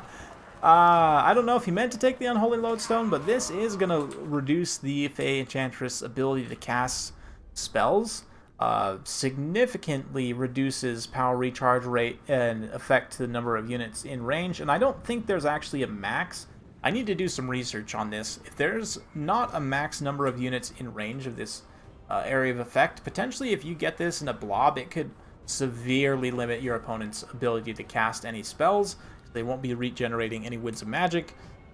Speaking of spells, Fanchantress, just Earthblood. We've also got the Paladin there, a bunch of Men-at-Arms with Polearms. Yeah, Questing Knights, as I mentioned, Wood on the hill there. He did bring a Grail Relic, which is arguably the worst unit in the game, but it's here.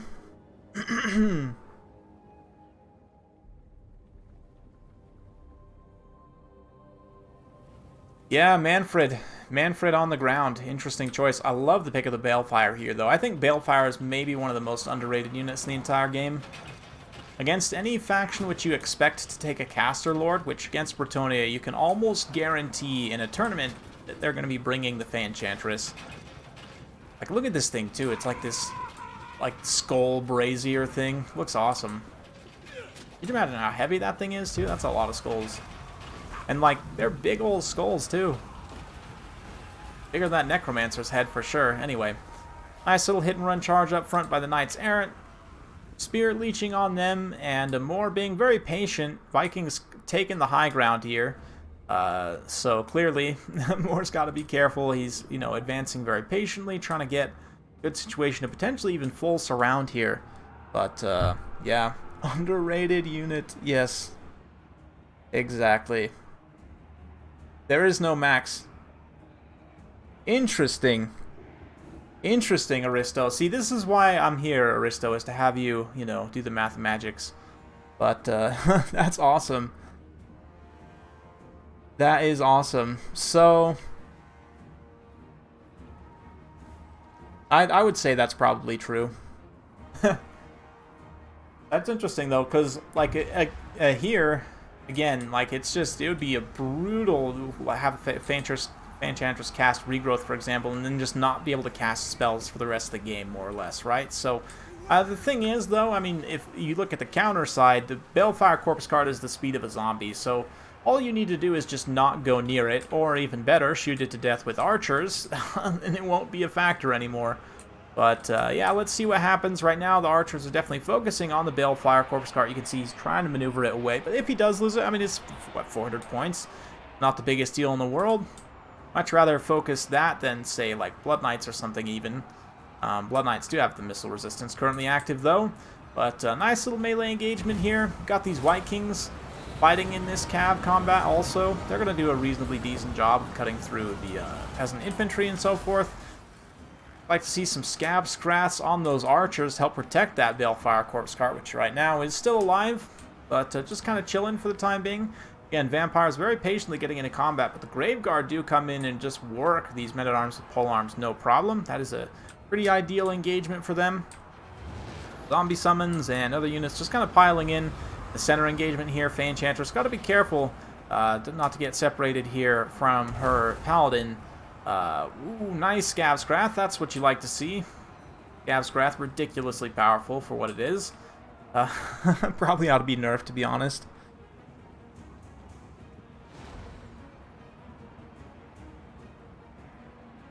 Yes. Yes. Hey, thanks for stopping by, Blackthorn. Really appreciate it, Blackthorn. Membership and all that. Yeah. So right now, the Dire Pack just kind of waiting, not overcommitting to an engagement. Vampire is playing this very patiently as the Spears and other units, again, going for mostly a full surround here. You know, it's not like Vikings fully backed up onto the hill where he couldn't outflank, but, you know, just the width of the formation is what it is.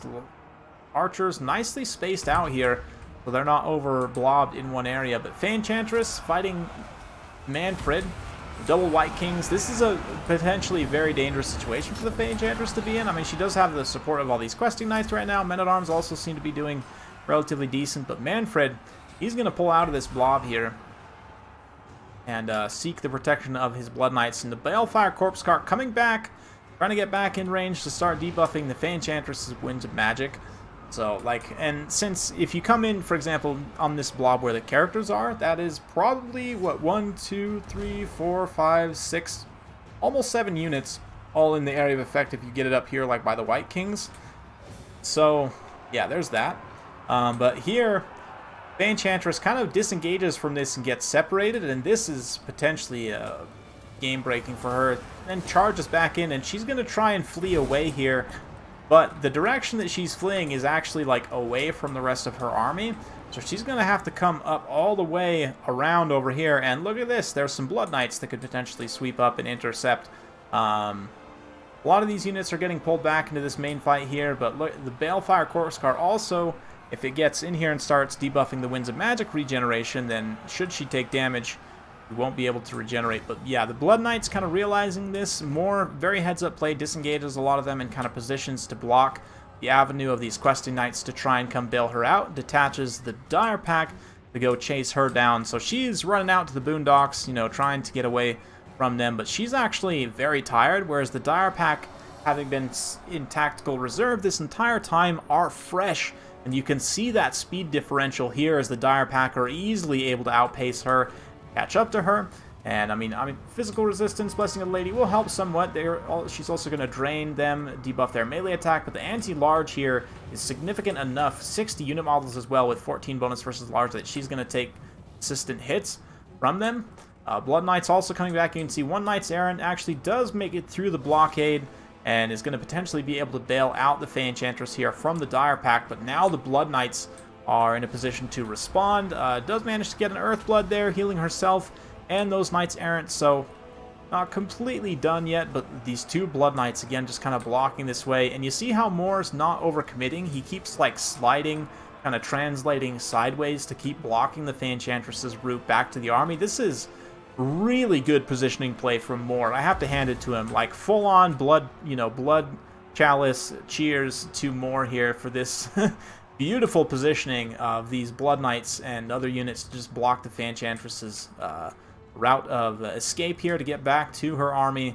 Blood Knights now just wrecking this Knight Errant that came out to try and help. I mean, they're not even close to class for that fight, so that's fine. A little bit of a Invocation of Nehek and Dance Macabre on these doggos just to give them the extra melee attack and speed to make sure the Fey Enchantress cannot get away. And all the meanwhile, there's been, you know, fights happening over here, but really, I mean, that's the critical part of the battle, which is why I've been highlighting it so much. Meanwhile, back at base camp, Paladin getting double-teamed by the White Kings is not great for him. He's also surrounded by Graveguard.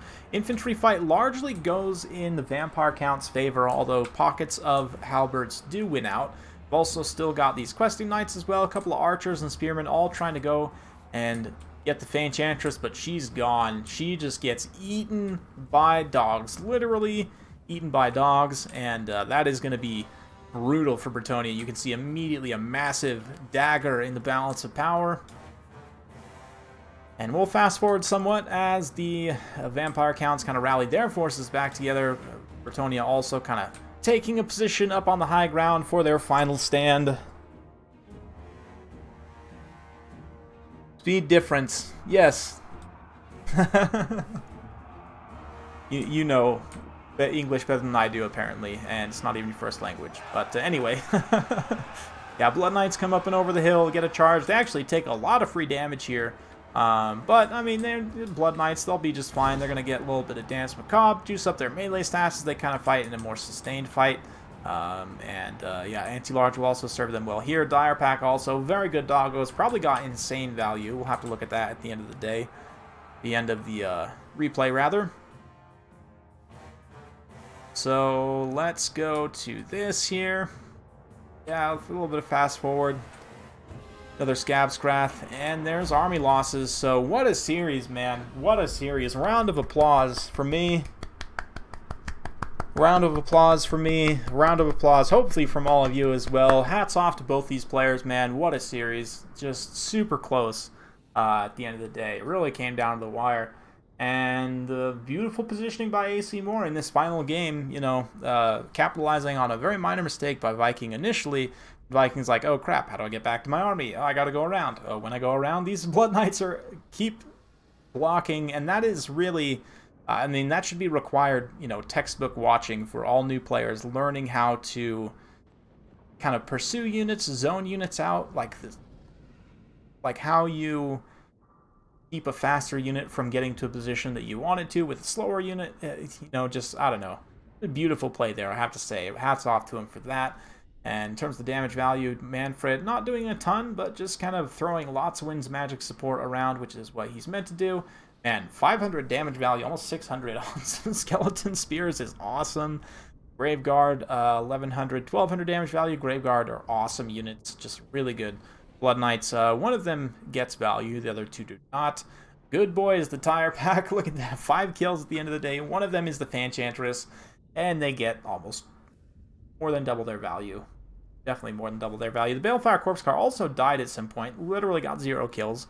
But we'll never know in terms of Winds of Magic degeneration, or, yeah, blocking the regeneration, rather, how much that made a difference. Spearmen at Arms, they're here, they're fight, they pay for themselves in some instances. The Polearms largely do not, unfortunately.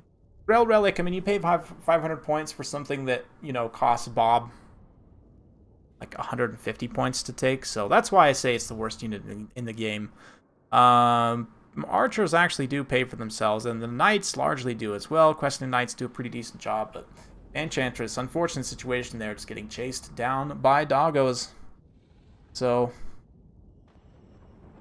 fun block Knights. See you, Falcon.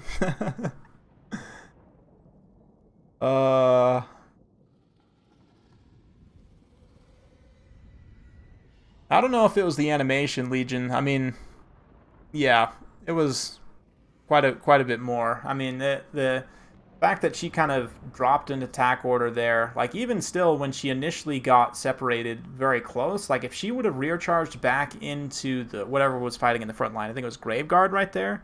Like probably the Paladins and the Questing Knights can get back to her, but instead Viking decided to go in the other direction and like clicked a charge order on those other zombies, and then skedaddled on out of there. But anyway, yeah, it's just kind of how the cookie crumbles sometimes, and definitely credit to Moore for playing very, very well there. Yeah. Anyway, let's go ahead and get to the next series.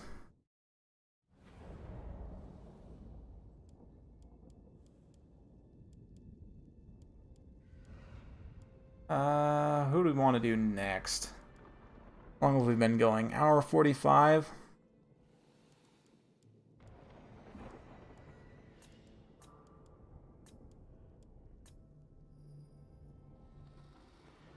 Let's do this. Let's go Gobbo Slayer. I don't think I'm actually gonna have time, unfortunately, to cast all these.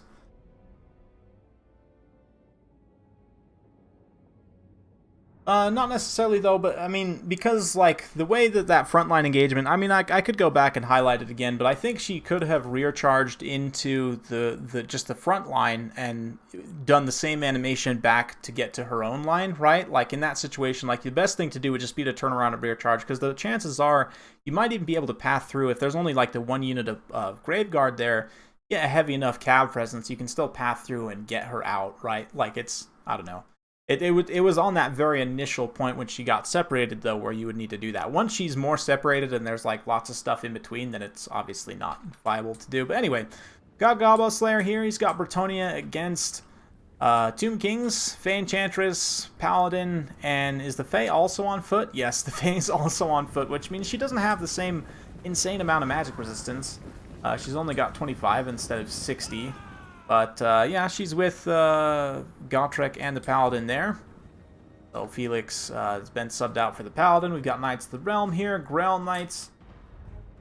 Knights of the Companions of Quenelle. Yep, we'll go with that. Knights of the Realm here. We've got Peasant Mobs, Men-at-Arms, Peasant Bowmen. Good stuff. Yeah, it's true, Guac, she might have died, but for me, like, I would have immediately just charged her back where the Paladin was to try and get back to the blob. I don't know. Can't force her to do that animation again, sure, but at the same time, like, to say that the entire series hinged on one animation, I think is actually doing a huge disservice to the way that Moore played, right? So, I guess that's my point. Anyway.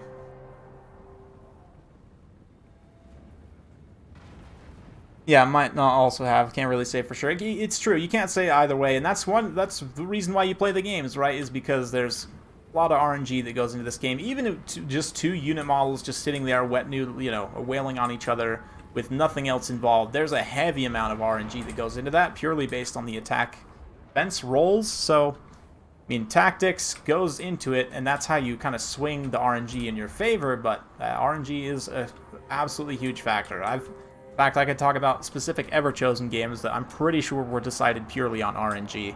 Like pivotal games. A specific Ever-Chosen I'm thinking of. But anyway, let's get back to the replay of today. The peasants are engaging here with the skeletons in the front line. Cav also rushing into a few pockets here. Thing about this defensive position for the Tomb Kings, I mean, they've got some Ushabti great bows. They've got, some other kind of anti-cavalry tools. We've got some Tomb Guard with halberds, sepulchral stalkers also mixed in here. But the deployment here, the sepulchral stalkers are kind of mirroring where these Knights of the Realm are going to go, whereas this flank is already broken up. Tomb Guard with halberds. This is kind of goes back a little bit to the game before. Yeah, you want to stay close. Like if you're trying to zone a unit that's faster than you, you want to stay close to the unit that you're protecting, or the area that you're protecting even. Nice shot from the casket though, man, just does a ton of damage to those Knights, and very quickly this decent collapse here that Bretonnia had going starts to fall apart. Let's see, Sepulchral Stalkers also matched up on the Knights of the Realm here, doing a ton of damage on those volleys. The Sepulchral Stalkers do have charge defense, so this charge really isn't going to do much at all from the Knights of the Realm, but look at this. One of them gets through and interrupts the casket. True hero of Bretonnia. This one Knight of the Realm is now a Paladin. Oh, he's got a few buddies now as well. Wow, that is just... You want to talk about pushing through animations. How about that pushing through animation right there? Actually momentarily tying down the casket. I don't know if that'll actually make much of a difference, but regrowth going to be used on the Companions of Quenelle here, who are 30 models, quite a bit of HP down, but they can still get some really good damage, just wrecking that Ushabti Great Bow in melee there. Peasant Archers also forming a nice concave. Shooting at Tomb Guard, which is great. I mean, Tomb Guard do have a silver shield, good missile block chance, but only 50 armor means they are pretty vulnerable to the Peasant Archer fire, so some really nice value there. Bretonnian Cavalry getting routed, and Tomb Kings kind of stabilizing their missile pocket once again. Tomb Guard with halberds definitely a strong play in that situation, but the Foot Squad, on the other hand, I think Gottrek's long gone, but the Fey Enchantress... The Tomb Guard with halberds actually won't trade well with her at all. Summoned Ushabti could have been used right on top of her to potentially take her out, but looks like they did not get the positioning to do so. Not to mention Gottrek's also still here protecting. Did I say Gottrek might have died? He's definitely not dead. He's definitely still here. Rocking around with his mohawk. The drain is the main problem with the Fey. Yes, I actually have some ideas of how you could fix the drain. I think most Mortis Engine effects actually should just go away, but be replaced by other things.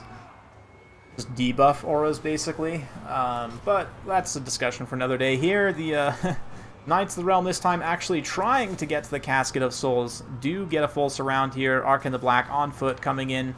Smacks one of them down. Tomb Guard with halberds moving in to protect as well, but even just tying down that casket, not allowing it to keep shooting for, given amount of time is quite good. 80 armor on Sepulchral Stalkers. Again, fairly solid, but Peasant Archers do enough damage that they will be able to probably deal with them if they have enough ammunition left, which they definitely do. Nice Comet dropped right on the Tomb Guard there. Just wrecks them. Peasants are a little bit blobbed up, and oh, that nasty casket shot. Yeah, the Peasants need to spread the heck out, because that casket shot just killed most of them.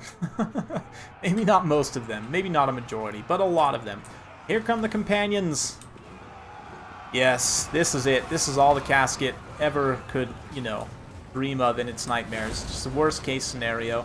Anti-large armor piercing cav. In fact, best anti-large armor piercing cav in the game. Now get a full surround and just start to tear it to shreds. A little bit of Overwatch support from Sepulchral Stalkers there. Will it be enough? 2 units still holding out, but I think Gottrek and the Paladin and the Fey just killed the Sepulchral Stalkers in the late game, probably. And they did enough damage to the casket that it is now crumbling.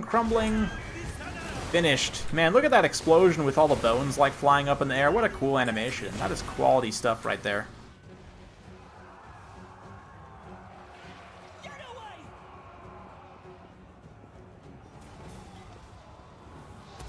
Yeah. Vocal Soccer's still continuing to do their thing. Grail Knights, oh man, one of these was a Grail Knight. They're now going to charge in, and with the Sepulchral Stalkers not braced, hopefully they do actually get their charge bonus. Eyes of the Desert, though, Livre Mortis on them doesn't actually matter because they're fighting something with magic damage. Definitely matters more for this stuff over here, although the Phase Drain obviously still is magic damage, so it doesn't matter at all for that. But at this point, just all a matter of time before the Fae and the Foot Blob kind of grind through what's left. Archers, as I mentioned, do enough against the Sepulchral Stalkers' 80 armor that they can kind of deal with them. Sepulchral Stalkers use up the rest of their ammunition, and that is game.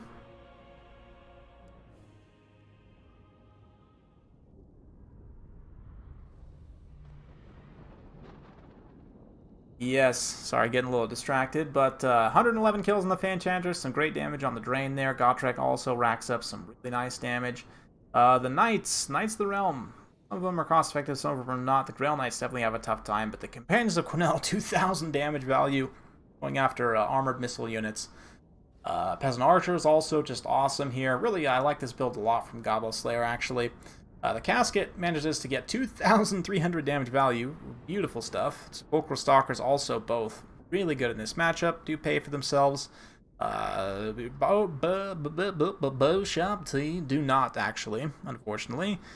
Team Guard with Halberds, same thing. Yeah, I'd expect them to maybe do a little bit better, but it's just monstrous line of peasants. Yes, present peasants.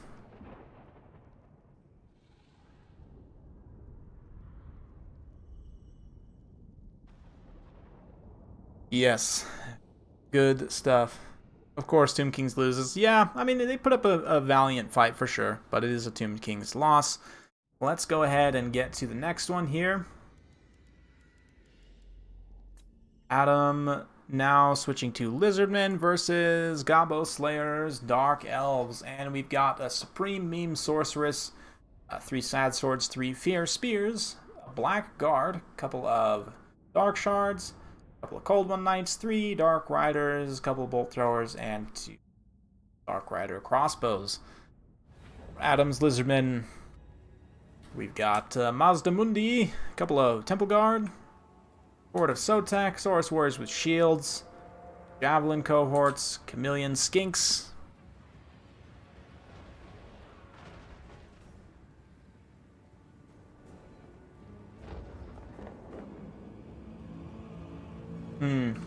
Interesting. A couple Pterodons also. Yeah, anyway, just reading the chat a little bit here. Let's... The Drain Enchantress. Oh, man.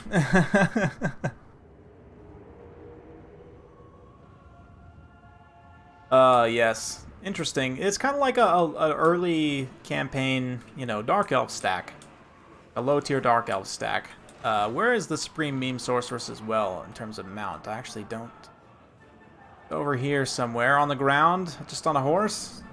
Spirit Leech and Faded Boring, so no terror for the Dark Elves. Potentially could be a little bit of an issue. But we'll see. Skinks might like that.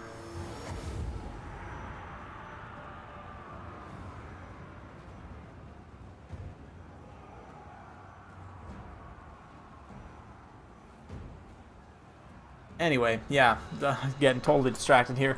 Dark Shards, or sorry, Repeater Crossbows, doing a nice job kind of seeing those Pterodons back. Mazdamundi pushing through the center, gets a good tear out on those Dread Spars. Fear Spears running away immediately. Temple Guards matching up with Sad Swords, who are very sad. Same with these Saurus Warriors here, so nice engagement in the center for Lizardmen.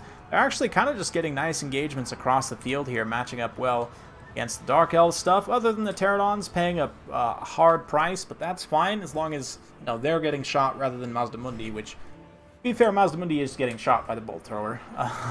We've got Dark Shards getting ransacked by Saurus Warriors. Look at these Saurus Warriors, man, just having a great old time bopping those silly elves on the head. And a nice net comes down here as well. A little bit of net and banishment action, a little bit of bunker bust from Mazdamundi. Let's see, the RNG mostly hits those Cold One Knights, actually pretty nice, and a banishment immediately after. So just all in to get rid of this Lizard Cavalry. Mazdamundi says, hey, that's not nice, only we're allowed to ride Cold Ones. Murderous Prowess has popped off, though, across the map. You can see damage spike for the Dark Elves. But the Lizardmen, just a nice presence here. Chameleon Skinks still completely healthy. Skink Jav, still plenty of ammunition left. They got a lot of Saurus healthy. As I mentioned early on, they got quite a few favorable engagements kind of spread across the battlefield here. Pretty wide Dark Elf build overall. And as a result, they're kind of just losing piecemeal engagements. I mean, they've still got this Blackguard here in the center. Blackguard might go and fight the Star Chamber Guardians. Fate of Boring on the Star Chamber Guardians. Definitely a solid play there. Going to do a lot of HP damage on that high value infantry. Help get rid of them. Kind of even things out a little bit here. Blackguard, as long as they can get on Mazdamundi, or, you know, the Dark Shards or whatever else. But the Dark Shards, definitely Mazdamundi's getting on them instead. But risky play with the Supreme Sorceress. She's going to come over and rear charge Mazdamundi. And look at the tiny little Supreme Sorceress next to giant Mazdamundi. This unit is the same class, apparently. But that does bring Mazdamundi into range of the Dark Shards. The other Dark Shards here, Blackguard's also pushing forward, but the Lizard Infantry just completely full on ready to rumble. Just pumped up, juice to the gills.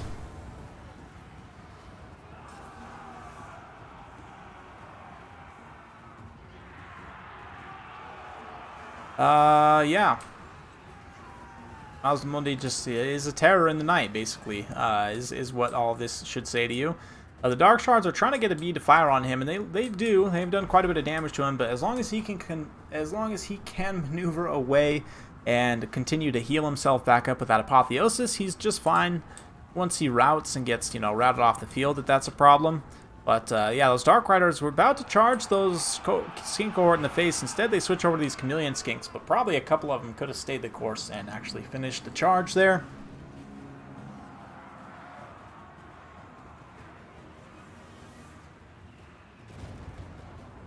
Yeah. Yeah, Tomb Kings, I think one of the things, too, is Tomb Kings, like, a lot of newer players play Tomb Kings. Because they're a faction that's relatively easy to learn and forgiving kind of when you're just first starting out. But balance power a little bit back towards even as Mazdamundi drops some more nasty AoEs all over this Dark Elf backline here. And as that drops, you can see the balance power once again tips a little bit more in the Lizardmen's favor. So we'll fast forward a little bit. I got some replays to get through, so as the grind ensues. Temple Guard and Skinks just grinding down the Blackguard here. Supreme Sorceress trying to stay on the move, help protect some of these Dark Shards, rather. Dark Riders protect Dark Shards, just everyone just cowering in the dark corners of their closets. I never actually noticed how they kind of have like these cartridges of bolts, I guess is what these are, like on their belts. That's kind of cool. I learn something new every day. Anyway. Yeah, things are looking very grim indeed for the Dark Elves at this point as they're quickly approaching army losses. A little bit of Spirit Leech on Mazdamundi to keep things close, and the Concave of Repeater Crossbows gets set up to keep firing. He pops Shield of the Old Ones to help resist some of that damage, and he does resist it quite well, barely taking any at all.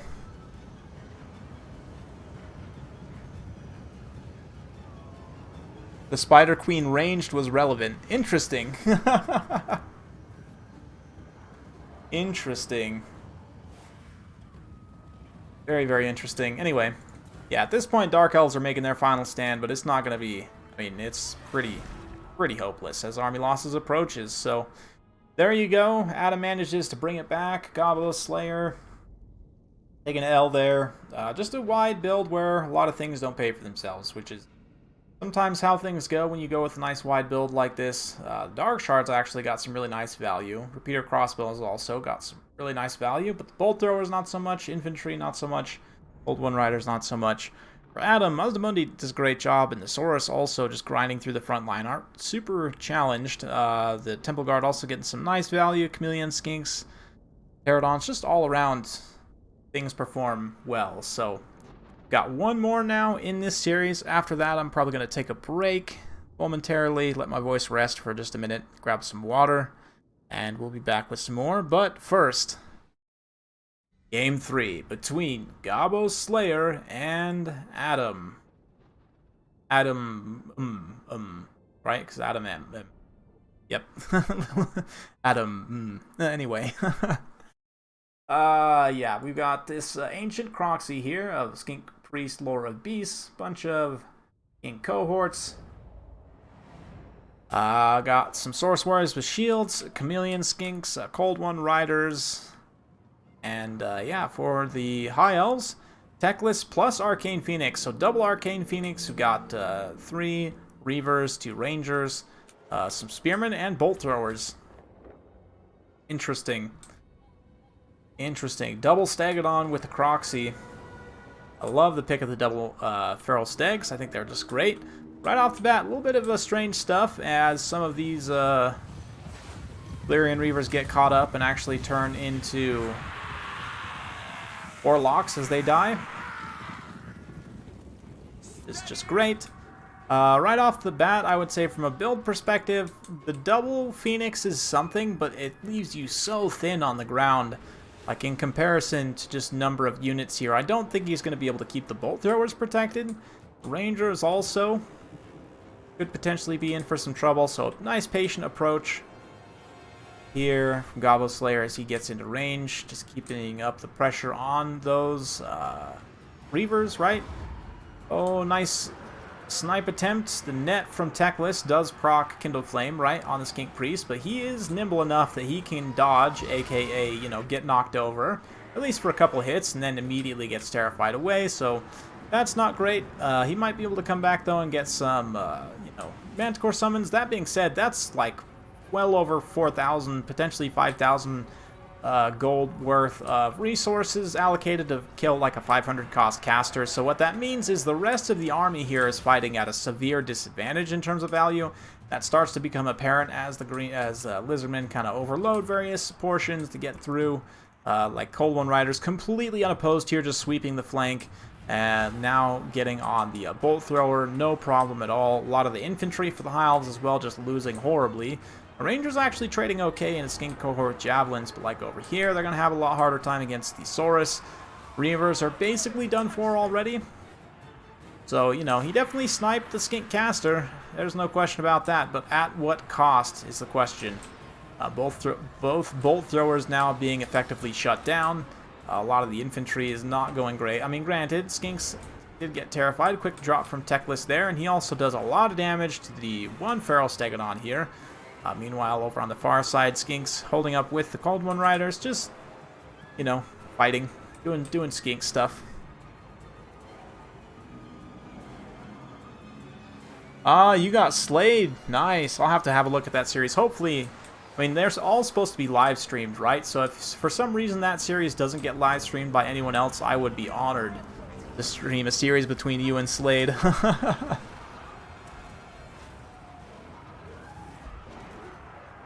Yeah, fun stuff. Here, Gabo Slayer is probably going to take home the win. It's hard to say. I mean, balance power is still pretty close at this point. But Techless and the other bird are just, they're only 2 unit models against all of this Lizardman stuff. Still completely healthy, more or less. Like, Chameleon Skinks have tons of ammo, and only 50 armor on the Arcane Phoenix isn't a lot against ranged fire like that. Let's see. Speaking of ranged fire, the Chameleon Skinks come forward to help deal with some of the spears. Infantry-wise, actually, things are looking okay. The Lizardmen do have some stuff, but it's not too much. Yeah. This staunch little pocket of Elven infantry still holding out, and the Phoenixes will continue to fight for some time. So let's fast forward a little bit as this kind of center pocket drain keeps up, you know, grind rather. There's no actual drain here. I Thinking about the Fade Rain some more. And yeah, a few infantry units that remain get ground away. The Phoenixes kind of don't know where to dive down because there's not really a good place for them to dive down. And then once they get into melee, they immediately get surrounded by literally everything, and that's probably GG. I mean, they'll hold out for some time. A little bit of an attempted rear charge from the Reavers quickly gets just torn apart. But yeah, eventually the numbers game will tell in favor of the Lizardmen. It does take some time, though. You know, it takes some time. Just Phoenixes fighting, a little bit of Horn of Kygor action for extra melee attack to get through that melee defense. Ancient Croxy comes in just to keep it close. But yeah, Bird Techless is fine. He's completely fine. He's doing great. Just gives himself a little regrowth there. Rebirth proc potentially on the Phoenix, but it still routes. And now one more Horn of Kygor proc. Phoenixes actually do manage to bring the balance of power back towards even, so all things considered, it's still pretty close at the end of the day. But the one Phoenix here getting singled out. The Croxor Ancient does indeed go down, but plenty of ammunition left on the Chameleon Skinks. Shooting Techless up in the air. The last few shots being used by the Reaver Archers as well. A little rear charge here from Techless does tear out quite a few of the Lizardmen's forces, and suddenly things are not looking so good. Enfeebling foe on the Feral Stegodon here that was kind of anchoring everything together. Will the Lizardmen be able to rally their leadership back together from that wild, wild swing? Yes, Chameleons, they're shooting in now, potentially. No, still haven't started shooting in yet, but the Cold One Riders do countercharge back in. The Stegodon manages to hold its leadership for the time being. And the Reaver Archers, they do not. They are going to get terrified by the Stegodon. Last desperate regrowth on Techless himself, who for some reason isn't using the potion to heal himself. Maybe he already used all the procs of potion. But Feral Stegodon eventually does get routed here. Cohort of Sotek, of course, though, they're unbreakable. They'll keep fighting until the end of time. And this rear charge here, potentially from some Chameleon Skinks. Let's see. It is quite the grind at the end of the day. Wow. Just wow. One Phoenix goes down. You can see that balance of power shifting, tilting. Techless goes down. And what a game. Another great series. Yeah, to Bird Techless, you know, he's fine. It's fine that they added that.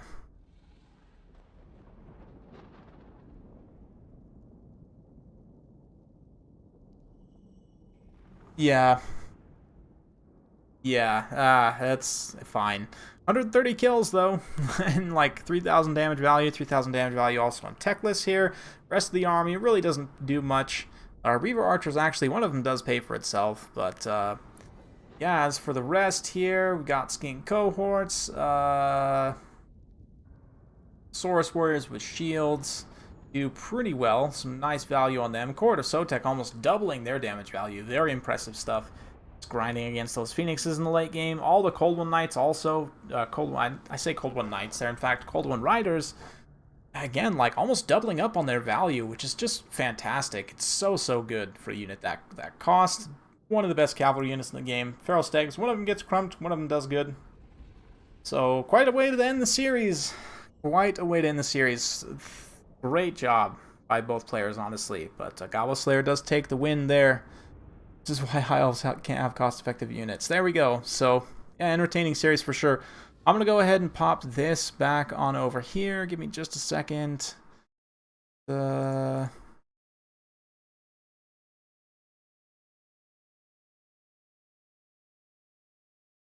Okay, and let's switch on over to this. I'm going to go grab some water. Play a little music for you guys in the meantime. I'll be back maybe 2 or 3 minutes.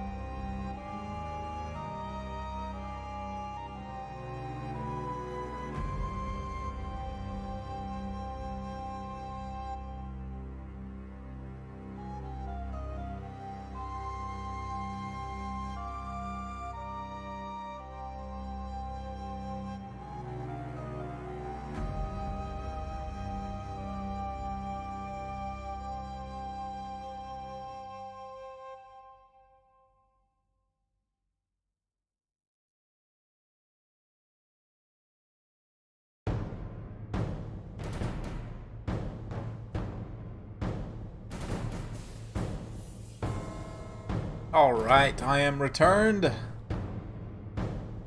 Let's continue on here for today. Just getting back into the swing of things. So, yes, here, let's do this. And for the next series, probably do 2 more series. I have 1, 2, 3, 4 I could cast, but I don't know if I have time to do all 4. But we'll do 2.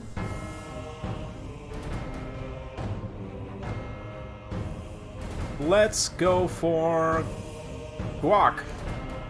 Guac is here. I think potentially Guac is still here. So let's go to Guac versus Wisp. And we've got this here. There it is. Okay. And Skaven versus Greenskins. Throughout the Unclean, going to be leading the way. We've got Plague Priest, Lord of Beasts, and Gorich.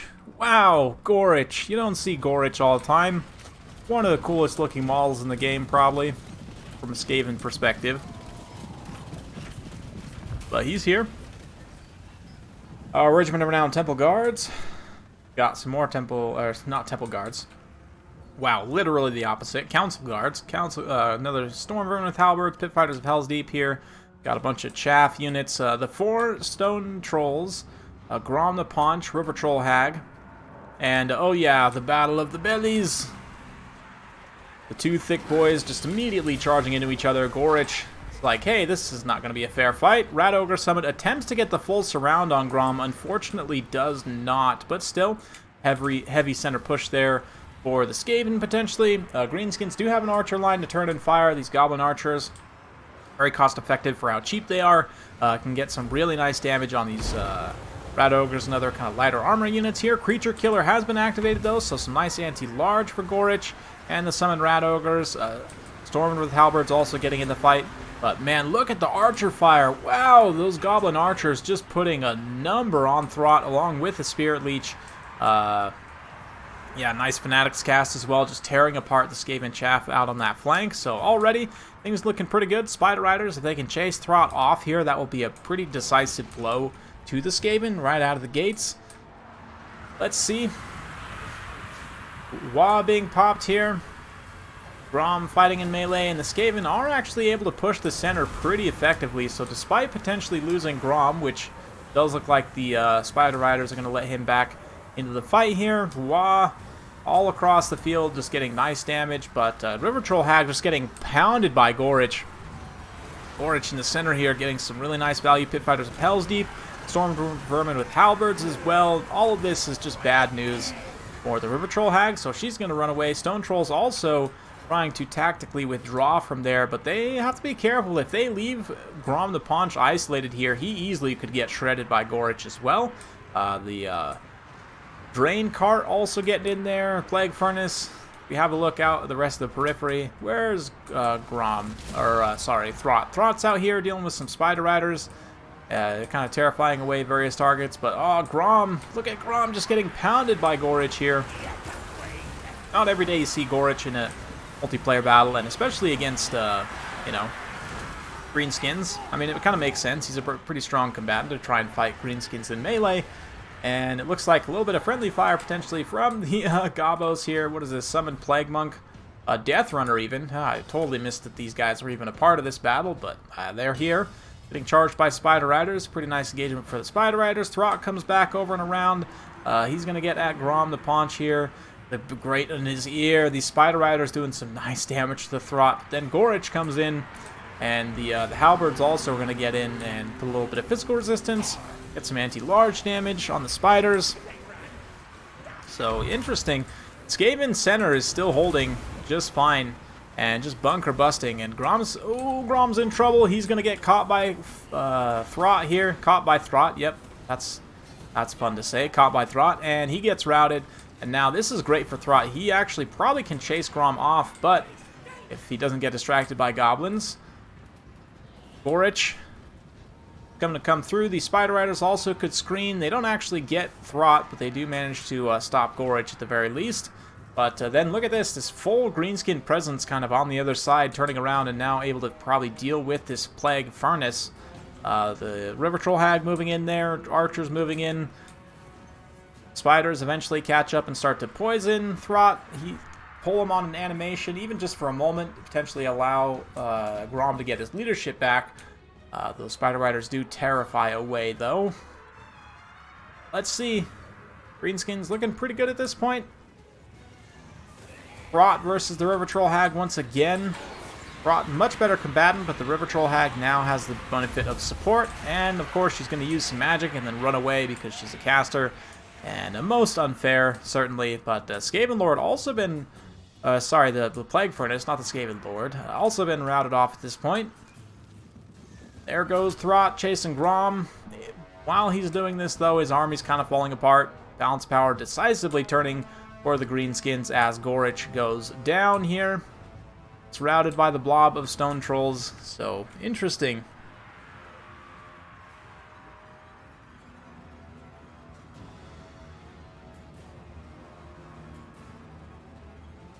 Yeah, this series has your shameful attempt at playing High Elves. Well, I guess we'll see. Right now, this is a very, very close battle. Nice back and forth here with, you know, both sides kind of losing out on leadership, critical leadership. We've got still the Plague Priest getting Spirit Leeched. Probably is going to finish him. Let's see. Ooh, one more damage tick puts him down to 33 HP, and he does indeed go down. So, loss of Plague Furnace, but there's still plenty of other tools, potentially, for the Skaven. Throt is regenerating, and he's got Gorich back from rout here. I haven't checked the healing on Throt to see how much he has left, but potentially he still has some. Let's fast forward, though, as Throt tries to get back towards his forces. The Council Guard's still holding out what few of them that do remain, but the summons are basically gone at this point, and the Greenskins once again take the lead. Wah pops, and that's going to be a game, set, match. Well, not game, set, match, but at least game one. For Guac, nicely done. Nice back and forth. Battle of the Bellies goes to the Gobbo this time. From the Paunch, not getting a ton of damage value, but the River Troll Hag, on the other hand, definitely does. Wow, the Fanatics. 1200 damage on the 8-peak loons. Absolutely awesome. Goblins also trading reasonably well. Goblin Archers. Wow, 800, 900, and 1340 damage value on some of the cheapest archers in the game. That is just awesome. They definitely carried quite hard. Doing a lot of damage to Gorich and, you know, whatever other lighter armor targets. Stone Trolls also do quite decent. Gorich himself, though, still gets really nice value, pays for himself. Same thing for Throt here, almost. The Chaff, though, just not even close to doing anything. Even the Clan Vulcan's Tail Slashers, Death Runners also just get pounded. Stormrunner with Halberds, a little bit of a bright spot, and the Pit Fighters of Hell's Deep also do quite well, considering the situation they were thrown into. But the Chaff here just, ugh. Yeah. Yeah, those Gobbo Archer values, very, very nice.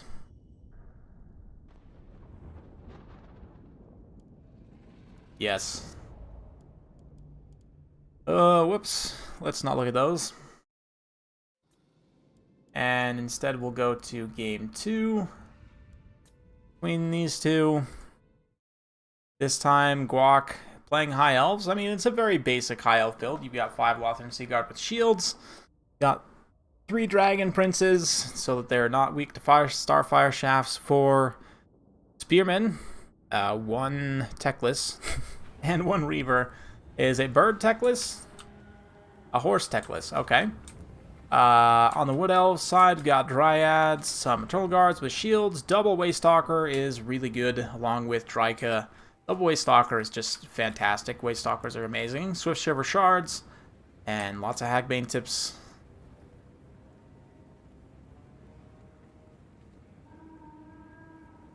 They double Pally, really worthy being called a blob. Kind of. I would say so.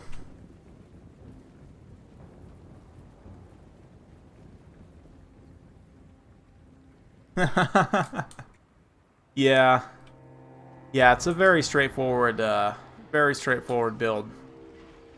Right now, Spearmen move up and start to get shot. Lothran Seaguard are going to return fire a little bit here. Dragon Princes try and get a hit and run charge, but they're going to actually take really good damage from the Swift Shiver Shards because of the magic damage. Same thing with the Hagbane tips, like the physical resistance of the Dragon Princes will not do a lot for them here, but a nice charge on the unbraced Internal Guards with shields, a little bit of damage, quick hit and run there. But Wood Elves are pressing. They're already pressing, and just the heavy missile presence here. Unfortunately for the High Elves, I mean, yes, technically Lothran Sea Guard do have shields. They have 55% of a block chance, which is pretty good, but there's just way more volume of fire from the High Elves side. I mean, Swift Shiver Shards literally have double shot, right? So, yeah, it's going to be brutal in terms of the ranged trade here. You can see the Wood Elves just sitting back, just firing all of the arrows.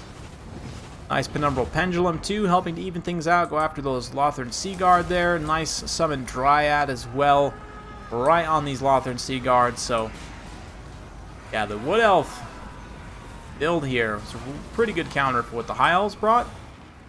Level and Dryads doing their thing. Dragon Prince is going to attempt to respond here. They do crump the Dryads pretty hard on the charge there. And there's still a few Lothran Sea Guard holding up in this defensive position back here. But you can see already the balance power turning as the Wood Elves just pin cushion everything, literally. Just infinite arrows directly to the dome.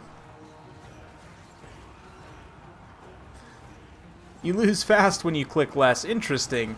That's interesting. Who would have thought? Nice Shield of Thorns here on the High Elf side. Going to do a little bit, but at the same time, Dragon Princes are already starting to run out of steam. Just a lot of magic damage. Almost everything, actually, when I think about it, except the Eternal Guards. Everything else does magic damage of some form. You know, the Swift Shiver Shards, the Dryads, the Hagbane tips. So really, you know, you bring the Dragon Princes because they're not weak to Starfire Shafts, but it turns out they're just weak to everything else, you know? Yeah. I think we know how this one ends. Just a brutal shootout. Wood Elves proving their bow supremacy as Elves. Definitely the best Elven bowmen out there. There's no question. High Elves are good. They cannot compete. I mean, maybe if you actually brought 12 missile units, you could compete. But here, greater volume of fire belonged to the Wood Elves, and Hagbane tips definitely paying out dividends. The Swift Shiver Shards also get some really nice damage value. I know Aerocrastic is a huge fan of these guys. Do insane damage output. Dryads, pretty nice. Yeah, Eternal Guards, okay. Dryka also gets some really good value. From Guak's side, yeah, I can see why you said it was your shameful attempt at playing High Elves, because that was rough, man. That was definitely rough. So we'll not linger on that too much, and let's just go to the next one. My voice is starting to give out a little bit, guys, so I'm probably going to be done after, not after this series. We'll do one more series, but I do need to record a couple more videos today for the time I'm going to be gone. So, yep, let's get game 3. Wisp versus Guak. And we've got Sigvald versus Skaven. Yes, Sigvald with a Firecaster. He's got 4 Marauders. One of them is a great weapon. 2 Forsaken with the ROR. 4 Marauder Horsemen with Jabs. 2 Doggo, not Doggo Cav, but just Doggos. A couple Feral Manticores. A couple of Spawn. Yeah, Spawn. Skaven side, we got Gutter Runners. One of them has poison, 2 of them do not. We do have a Mortar here, Wild Mortar pick, a bunch of Clan Rats, Spears, and Shields. Deathmaster Snitch. Got some Rogers. Game Slave Slingers. Let's see, just regular old Mortars. Are they still good? Well, they're definitely getting fireballed. Snitch, thankfully, is hidden. Otherwise, he could get fireballed, and that would just be bad. But it does just straight up kill a single unit model. Okay, that's interesting. So some potential less damage there, but at the same time, still going to be able to put out plenty of damage potentially. Chaos Warhounds taking volleys from the Gutter Runners in the front. The Gutter Runners kind of screening nicely here. Another nice screen. A lot of Skaven players do this. They'll like summon a Clan Rat immediately to break up your opponent's advance. Just kind of break up their formation on the advance. A pretty nice play. Allows the Gutter Runners to get a little bit more time here shooting at the Doggos. But, oh man, mortars. Oh, I thought they were going to shoot kind of close there. Oh man, that poor Chaos Spawn just gets beamed by a mortar. How unlucky. But the Feral Manticore is going to come back, try and shut down those mortars. There's plenty of response forces in the area, but actually both Manticores now rushing down to get at that center. They definitely just destroy those mortars very, very quickly. But Snitch here in the center, Snitch and the Assassin, they get matched up on the Sigvald, and, you know, you might think, like, hey, Sigvald's a very strong character, right? He should be able to take this. In fact, no. The issue here is that Sigvald, a lot of his value and his strength comes from the fact that he has perfect vigor, and since it's still so early on in the battle, everyone still has high vigor, right? So that he's not getting as much of an advantage against Snitch. Not to mention, he's matched 1v2 here versus Snitch and the Assassin, and, okay, there's a couple...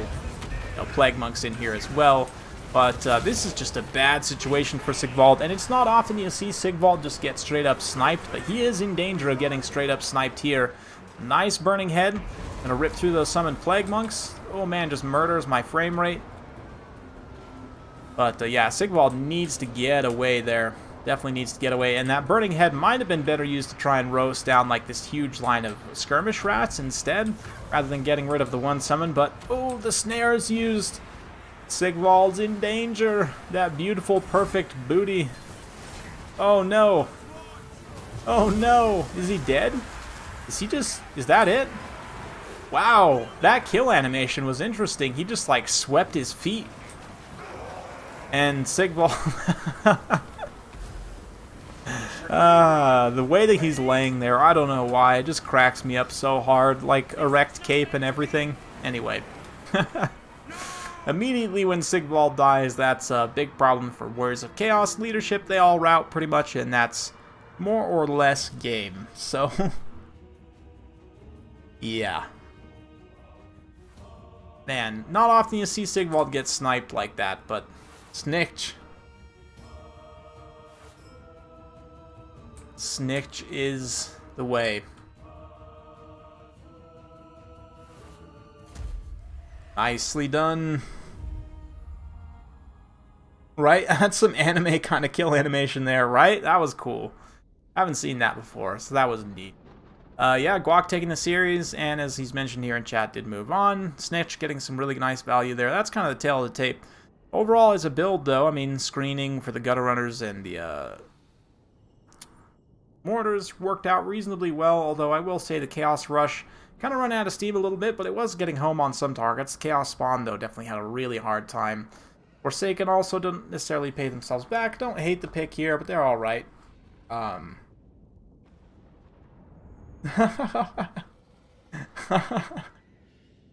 What's the final series of the evening? That is a good question. Let's have a look here. Let me just check.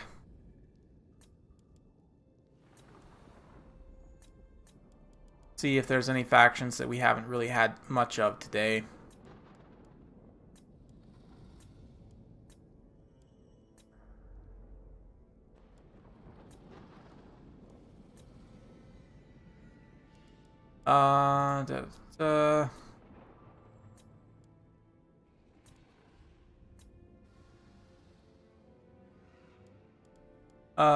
Yes, let's do this. Let's do Hamster, Exploding Hamster versus Senor Turu. Yes. We're going to start with Empire versus Dark Elves. Exploding Hamster coming in with Volkmar the Grim. He's got a Lore of Firecaster, 5 spears for Empire Knights, 3 Outriders, and 1 grenade launcher with a cannon. Dark Elves have got a couple of bolt throwers. They've got Black Ark Corsairs, some Dark Shards with shields, bunch of Cold One Knights, Witch Elves, 3 Witch Elves in fact. So pretty wide build, honestly. Supreme Sorceress. Gonna get lit up by a cannon immediately, and fireballs probably. She herself probably just popped a Spirit Leech on the cannon, yep, but taking some severe damage already. And look at this, grenade launchers and the regular Outriders just wrecking this unit of Dark Riders as they get pushed back. VC still very strong, but in a good way. No, they're strong in a bad way. Undead is bad. Let's see. See what we can do here. Dark Shards set up, try and protect, but this is a lot of cavalry. The grenade launchers are able to fire free here. They'll just wreck literally everything. But the cannon's been shut down. I mean, kinda. 2 great cannons still online. A lot of the crew's been killed. One more now goes down. So a lot of resources have been kind of invested in order to take the cannon down, and it's dead. So, you know, mission accomplished, I guess. But these Empire Knights now and the Outriders attacking this flank pretty heavily. A lot of the Dark Elf cavalry comes to respond, but Empire right now not really getting the greatest missile engagements. Eventually they do turn and start firing here, these Cold One Knights, and some really nice damage there. Fate of Buna also being popped on Empire Knights. I mean, relatively cheap unit, so it's relatively cheap, I should say. Use that little blast from the Bright Wizard as well. A little bit of free missile damage there. Nice bombardment from Volkmar. Doesn't get too many units, but does get solid chunk out of those Dark Shards. And now Volkmar in your backline's never a good time. The Dark Elves will have to respond to that. Cold One Knights pushing away the Empire Knights here, along with the Witch Elves, and the Outriders just fleeing, not wanting to get involved, obviously, in that combat there. But, whoop, something's going on with my mouse. There we go. Bolt throwers continuing to fire. Are they trying to shoot Volkmar, though, or are they trying to shoot the skirmish cav? Because the bolt throwers definitely should be shooting Volkmar. He is absolutely the most valuable target, both in terms of, you know, tactical value and actual gold value. The Outriders here turn the corner and start to fire on these Cold One Knights pretty cost effectively. Cold One Knights are going to respond, and it looks like Murderous Prowess does kick off at this point. One unit of Empire Knights comes to sweep the Dark Riders, but the Dark Riders also potentially going to get a charge in here on these Outriders, so that's a bad situation for the Empire. A lot of their skirmish cavalry being shut down. Volkmar still alive, getting some more Empire Knights to come try and bail him out, but he's taking severe damage from these Dark Shards, and the Bolt Throwers have switched onto him, which should have before, but hey, better late than never, right? A little bit of a fireball there, and the Witch Elves also enrage Volkmar, so not a good situation at all for the Empire right now. But let's see, can they bring it back? We've got some more Outriders here, more Outriders here, more Outriders here. The grenade launchers, oh no, they also get caught by Witch Elves and enraged, and then immediately rout. Volkmar goes down, and it's not looking good for the Empire right now. Bolts being thrown. Now switching over onto the Bright Wizard.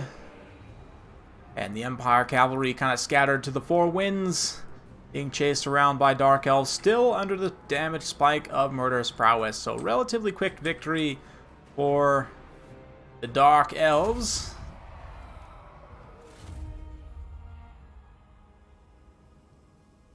They're strong but not OP. I know what you mean. I'm just giving you a hard time because I don't like undead. Anyway.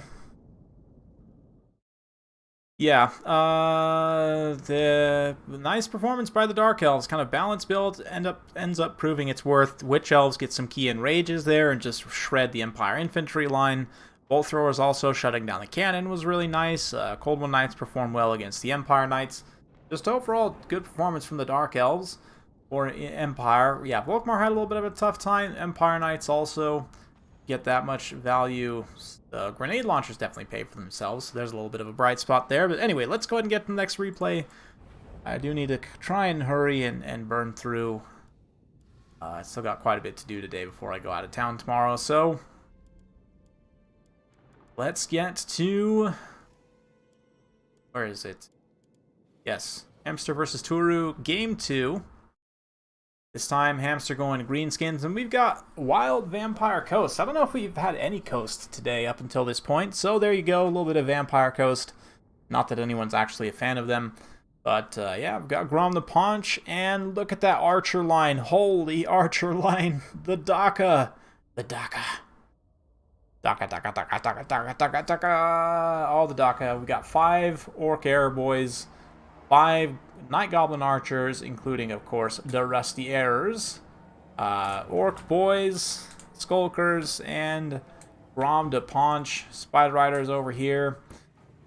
Coast, Coming in hot with Luther Harkon, deckhands with pole arms, got some bombers, got some handguns, got some scurvy dogs, polar arms, handguns, yeah. Just, you know, build. They got some Morghuls as well for a little bit of terror.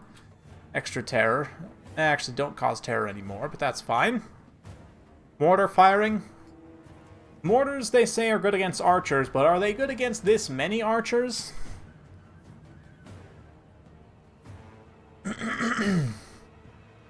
Yeah, I mean, just insane. Absolutely insane. Let's see how it goes. I have a good feeling about this Daka line here. Don't think the Vampire Coast actually has enough to respond to it. Already, they're starting to work on some of the zombies in the front line, start to take them out. The Morghuls could come in and get a giant terror route, but they're also going to be exceptionally vulnerable to this kind of elite Daka. You know, just massive Daka line. All the arrows flying in.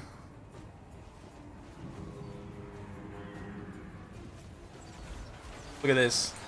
Here we go. This is what I'm talking about. In terms of the value of, yeah, the Morghuls, they're decent, but they are so vulnerable to regular type archers. The Fanatics also get unleashed, doing some nice damage to those zombies initially. Look at the bombers just getting melted by Daka. Just absolute anarchy unfolding inside the lines of the Vampire Coast. Doggos charging in from the side here. Get a nice little engagement on those Fanatics. The Morghuls are maneuvering away, but look at this. Spider Riders also sweeping up and around the flank here. They're going to come and get at some of these artillery, some of the skirmish units, gunners, and so forth, as the zombies attempt to advance to get on the archers. Doggos also, for the Vampire Coast, aim to get in the archers here. Skulkers do get a smoke bomb there, able to kind of debuff those scurvy dogs, not allow them to get through. Bombers come forward and start to bomb out the rusty errors. That's it. That's right. But will it be enough? Hard to say. Ring of Gobos formed. Fighting the Doggos. They're fighting the polearms. Arguably not going great for them, but hey, they're here. They're fighting just fine. Morghuls pushing up and around the flank, and you can see the bounce power slowly starting to grind in favor of the Greenskins. Waaagh being popped now, and look at this. Orc Air Boys, 47 melee attack, 43 weapon strength. So, you know, they're going to be pounding these zombies in melee, the ones that they're in contact with. They got their choppas out. They can definitely chop. They got some chops in there. There we go. Going to be actually doing some damage in melee with that Waaagh active, and even just in a regular melee combat. I mean, Orc Air Boys are not pushovers by any means. So they'll do just fine. Grom over here, charging Harkon when he comes down onto the ground. So things are looking pretty good for the Greenskins. Indeed it is. Alright, alright. So let's see what they got. Yeah. Fleet Captain getting charged here by the chariots. Orc Shaman also charging in here. The vampires are mostly down to just Harkon up in the air, which is to be expected. They've also got this one healthy-ish unit of Morghuls over here fighting on some halberds, but Black Orcs completely missed the fact that there's Black Orcs in this build. Yeah, there's no way. Like, all they have to do is just, you know, sit Grom on top of the Black Orcs and cackle as Harkon is powerless to do anything. And it will take some time to grind through the vampire counts, but yeah, have some other... Normally I would not fast forward this, but I do need to get to some other stuff today. There it is. Harkon is basically alone. I mean, he's got, what, one other unit of zombie halberds over here? But, ooh, clutch smoke bomb. Oh, and he does get the smoke bomb with the Skulkers. Very nicely done. That definitely means that Harkon's not going to be able to get away there. Takes a bunch of damage from Grom, from the archers, and that's army losses. So, Floating Hamster manages to bring it back with the fat Daka line, just arrows raining from the sky. Beautiful stuff. Absolutely love it. Yeah, they don't cause terror despite being a little literal jump scare. I think they did all used to cause terror, but they actually changed it so now only the ROR does. And, like, value-wise, the Daka actually doesn't end up paying for itself, but just the fact that it's here, like, all this stuff, you know, Orc Boys trade pretty cost-effectively. It's interesting, like, not a lot here for the Greenskins army actually ends up paying for itself, weirdly enough. Whereas on the Vampire Coast side, like, a lot of stuff also does not pay for itself. So I guess just crumbling damage, you know, maybe actually was a little bit of a factor in this one. But yeah, Spider Riders do actually pretty well for the value. Some of the Orc Boys do pay for themselves. Skulkers also, nice to see them do well. So let's go to the final game between these two. Exploding Hamster versus Senor Turu. And this will be the last game for today. I'll kind of hang around, do a little bit of Q&A after the fact, but it for me. Thank you all so much coming out, right? High Elves. Yeah, you just need to take Plague of Rust with High Elves, and then you basically have Orc Air Boys, right? Yes, you can bring up to 12 ranged units in any build. That's correct, yep. So, for ace match between these two, we've got Exploding Hamsters, Bretonnia, and look at this Battle Pilgrim line. Not often you see lots of Battle Pilgrims, but we got them. We've got Fey Enchantress, of course, with Double Paladin. Single Trebuchet, Knights of the Realm, and got Defenders of the Fleur-de-Lis, Knights of the Realm, Skaven, as we put it in fast forward here. Plague Claw Catapult, they've got some Triads, interesting choice. Got, Jazales, Skrulk, and an Assassin. Very classic. Kinda, I say classic, old school. The Jazales are somewhat new, but yeah, look at this Trebuchet just immediately starting to chew. And, you know, the catapult crew, the catapults are going to try and fire at the archers, which is definitely the right call. Like 1 or 2 solid impact volleys on the archers, and you can rout them with the Plague Claw catapults. But at the same time, oh man, I totally missed this over here too. The doggos, wolf rats with poison, try and come in and eat the field trebuchet, get that free real estate, but they're pushed away in time by the defenders of the Fleur-de-Lis. Knights of the Realm, rather.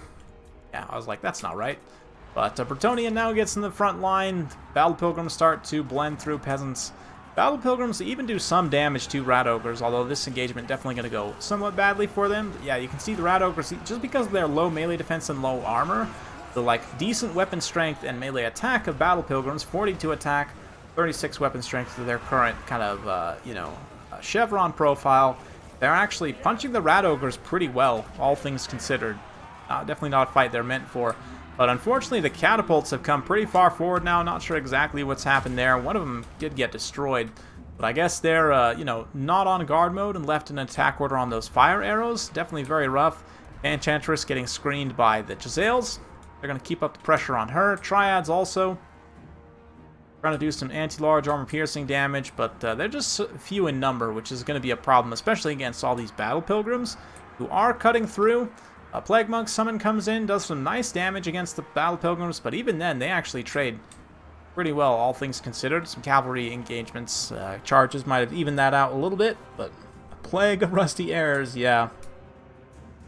How many Greenskins games total? I think we've had a Greenskins game in every series, I'm pretty sure.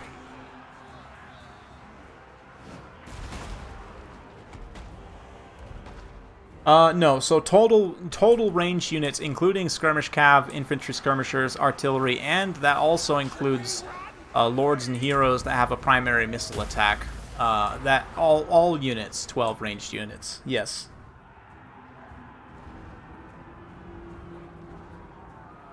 So, yep. Comet gets dropped here, does a little bit of damage, doesn't actually make the best contact on anything, but the Fey squad at this point, Fey squad and their, knights just starting to roll up in various pockets. These two Triads, unfortunately, just way out of position. Triads are a decent pick, but they're kind of squishy. And the magic damage here of Bretonnia, plus, the drain effect, I don't necessarily completely love them in this matchup. Another Plague Monk Summon going to be used here. Try and keep this blob of knights, in check. The Eshin Triads do come in, and they are going to start to get some attacks. They'll definitely deal considerable damage. You can see immediately they drag down a couple unit models there. Nice Awakening of the Wood, though, dealing a little bit of magic damage. And the Weeping Blade, you can see down to 40 armor, Defense of the Fleur-de-Lis. That does make a pretty significant difference when you're helping them to support kind of lower tier troops, right? Triads over here. They could get in to support the Wolf Rats in time. I mean, these are armor-piercing Wolf Rats, but like the non-AP Wolf Rats definitely help them out. But yeah, Rat Ogres here, just kind of chilling on the side. We've got the Skrulk and the Assassin, all relatively healthy still, so Skaven actually starting to pull things back at this point, as a lot of the Knights have been dealt with, and there are still some Jezzails that free to pressure the Faenchantress, but Catapult, Trebuchet rather, still firing in from the distance there. We've still got the 2 Paladins online as well, some Archers, but it looks like the Wolf Rats are going to be detached to go finish off the Trebuchet there. Faenchantress fighting some of the Skaven Slave chaff there. The Battle Pilgrims, so look at this, 3 units of Battle Pilgrims still here in the center. Relatively healthy, quite a few models intact, and their leadership, more importantly, is doing great. It's important. Bretonnian infantry, obviously, famously terrible leadership, other than Battle Pilgrims. Who would have thought lacking anti-infantry is going to matter versus Bretonnia, right? Like, the Battle Pilgrims actually are making a considerable difference here. Which, yeah, I mean, in past patches, like when Flayers would just kill everything, including cavalry, you couldn't even use Battle Pilgrims in this matchup. But now, I definitely see what Exploding Hamster was doing with this.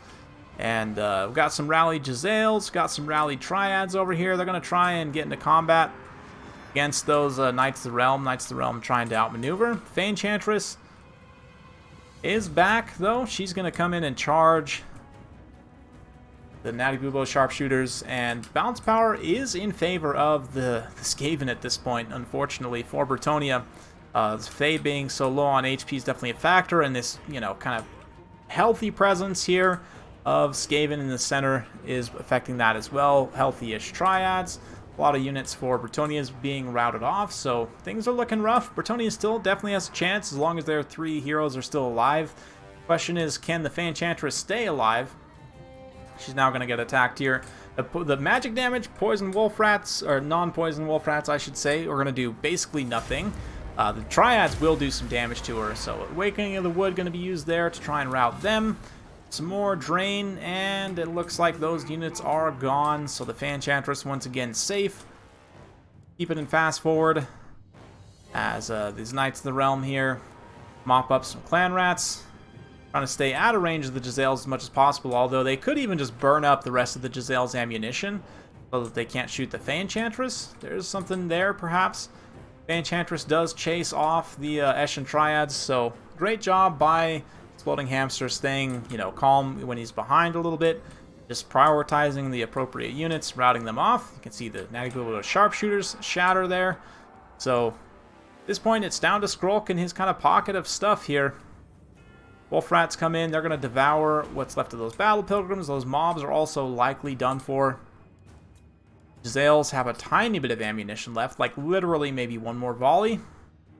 See if they can get some good damage on the Faenchantress. Paladins versus Skrulk and the Assassin, it's hard to say. A lot of it will come down to RNG, but definitely with the Triads involved, that is going to skew things very heavily in the Skaven's favor.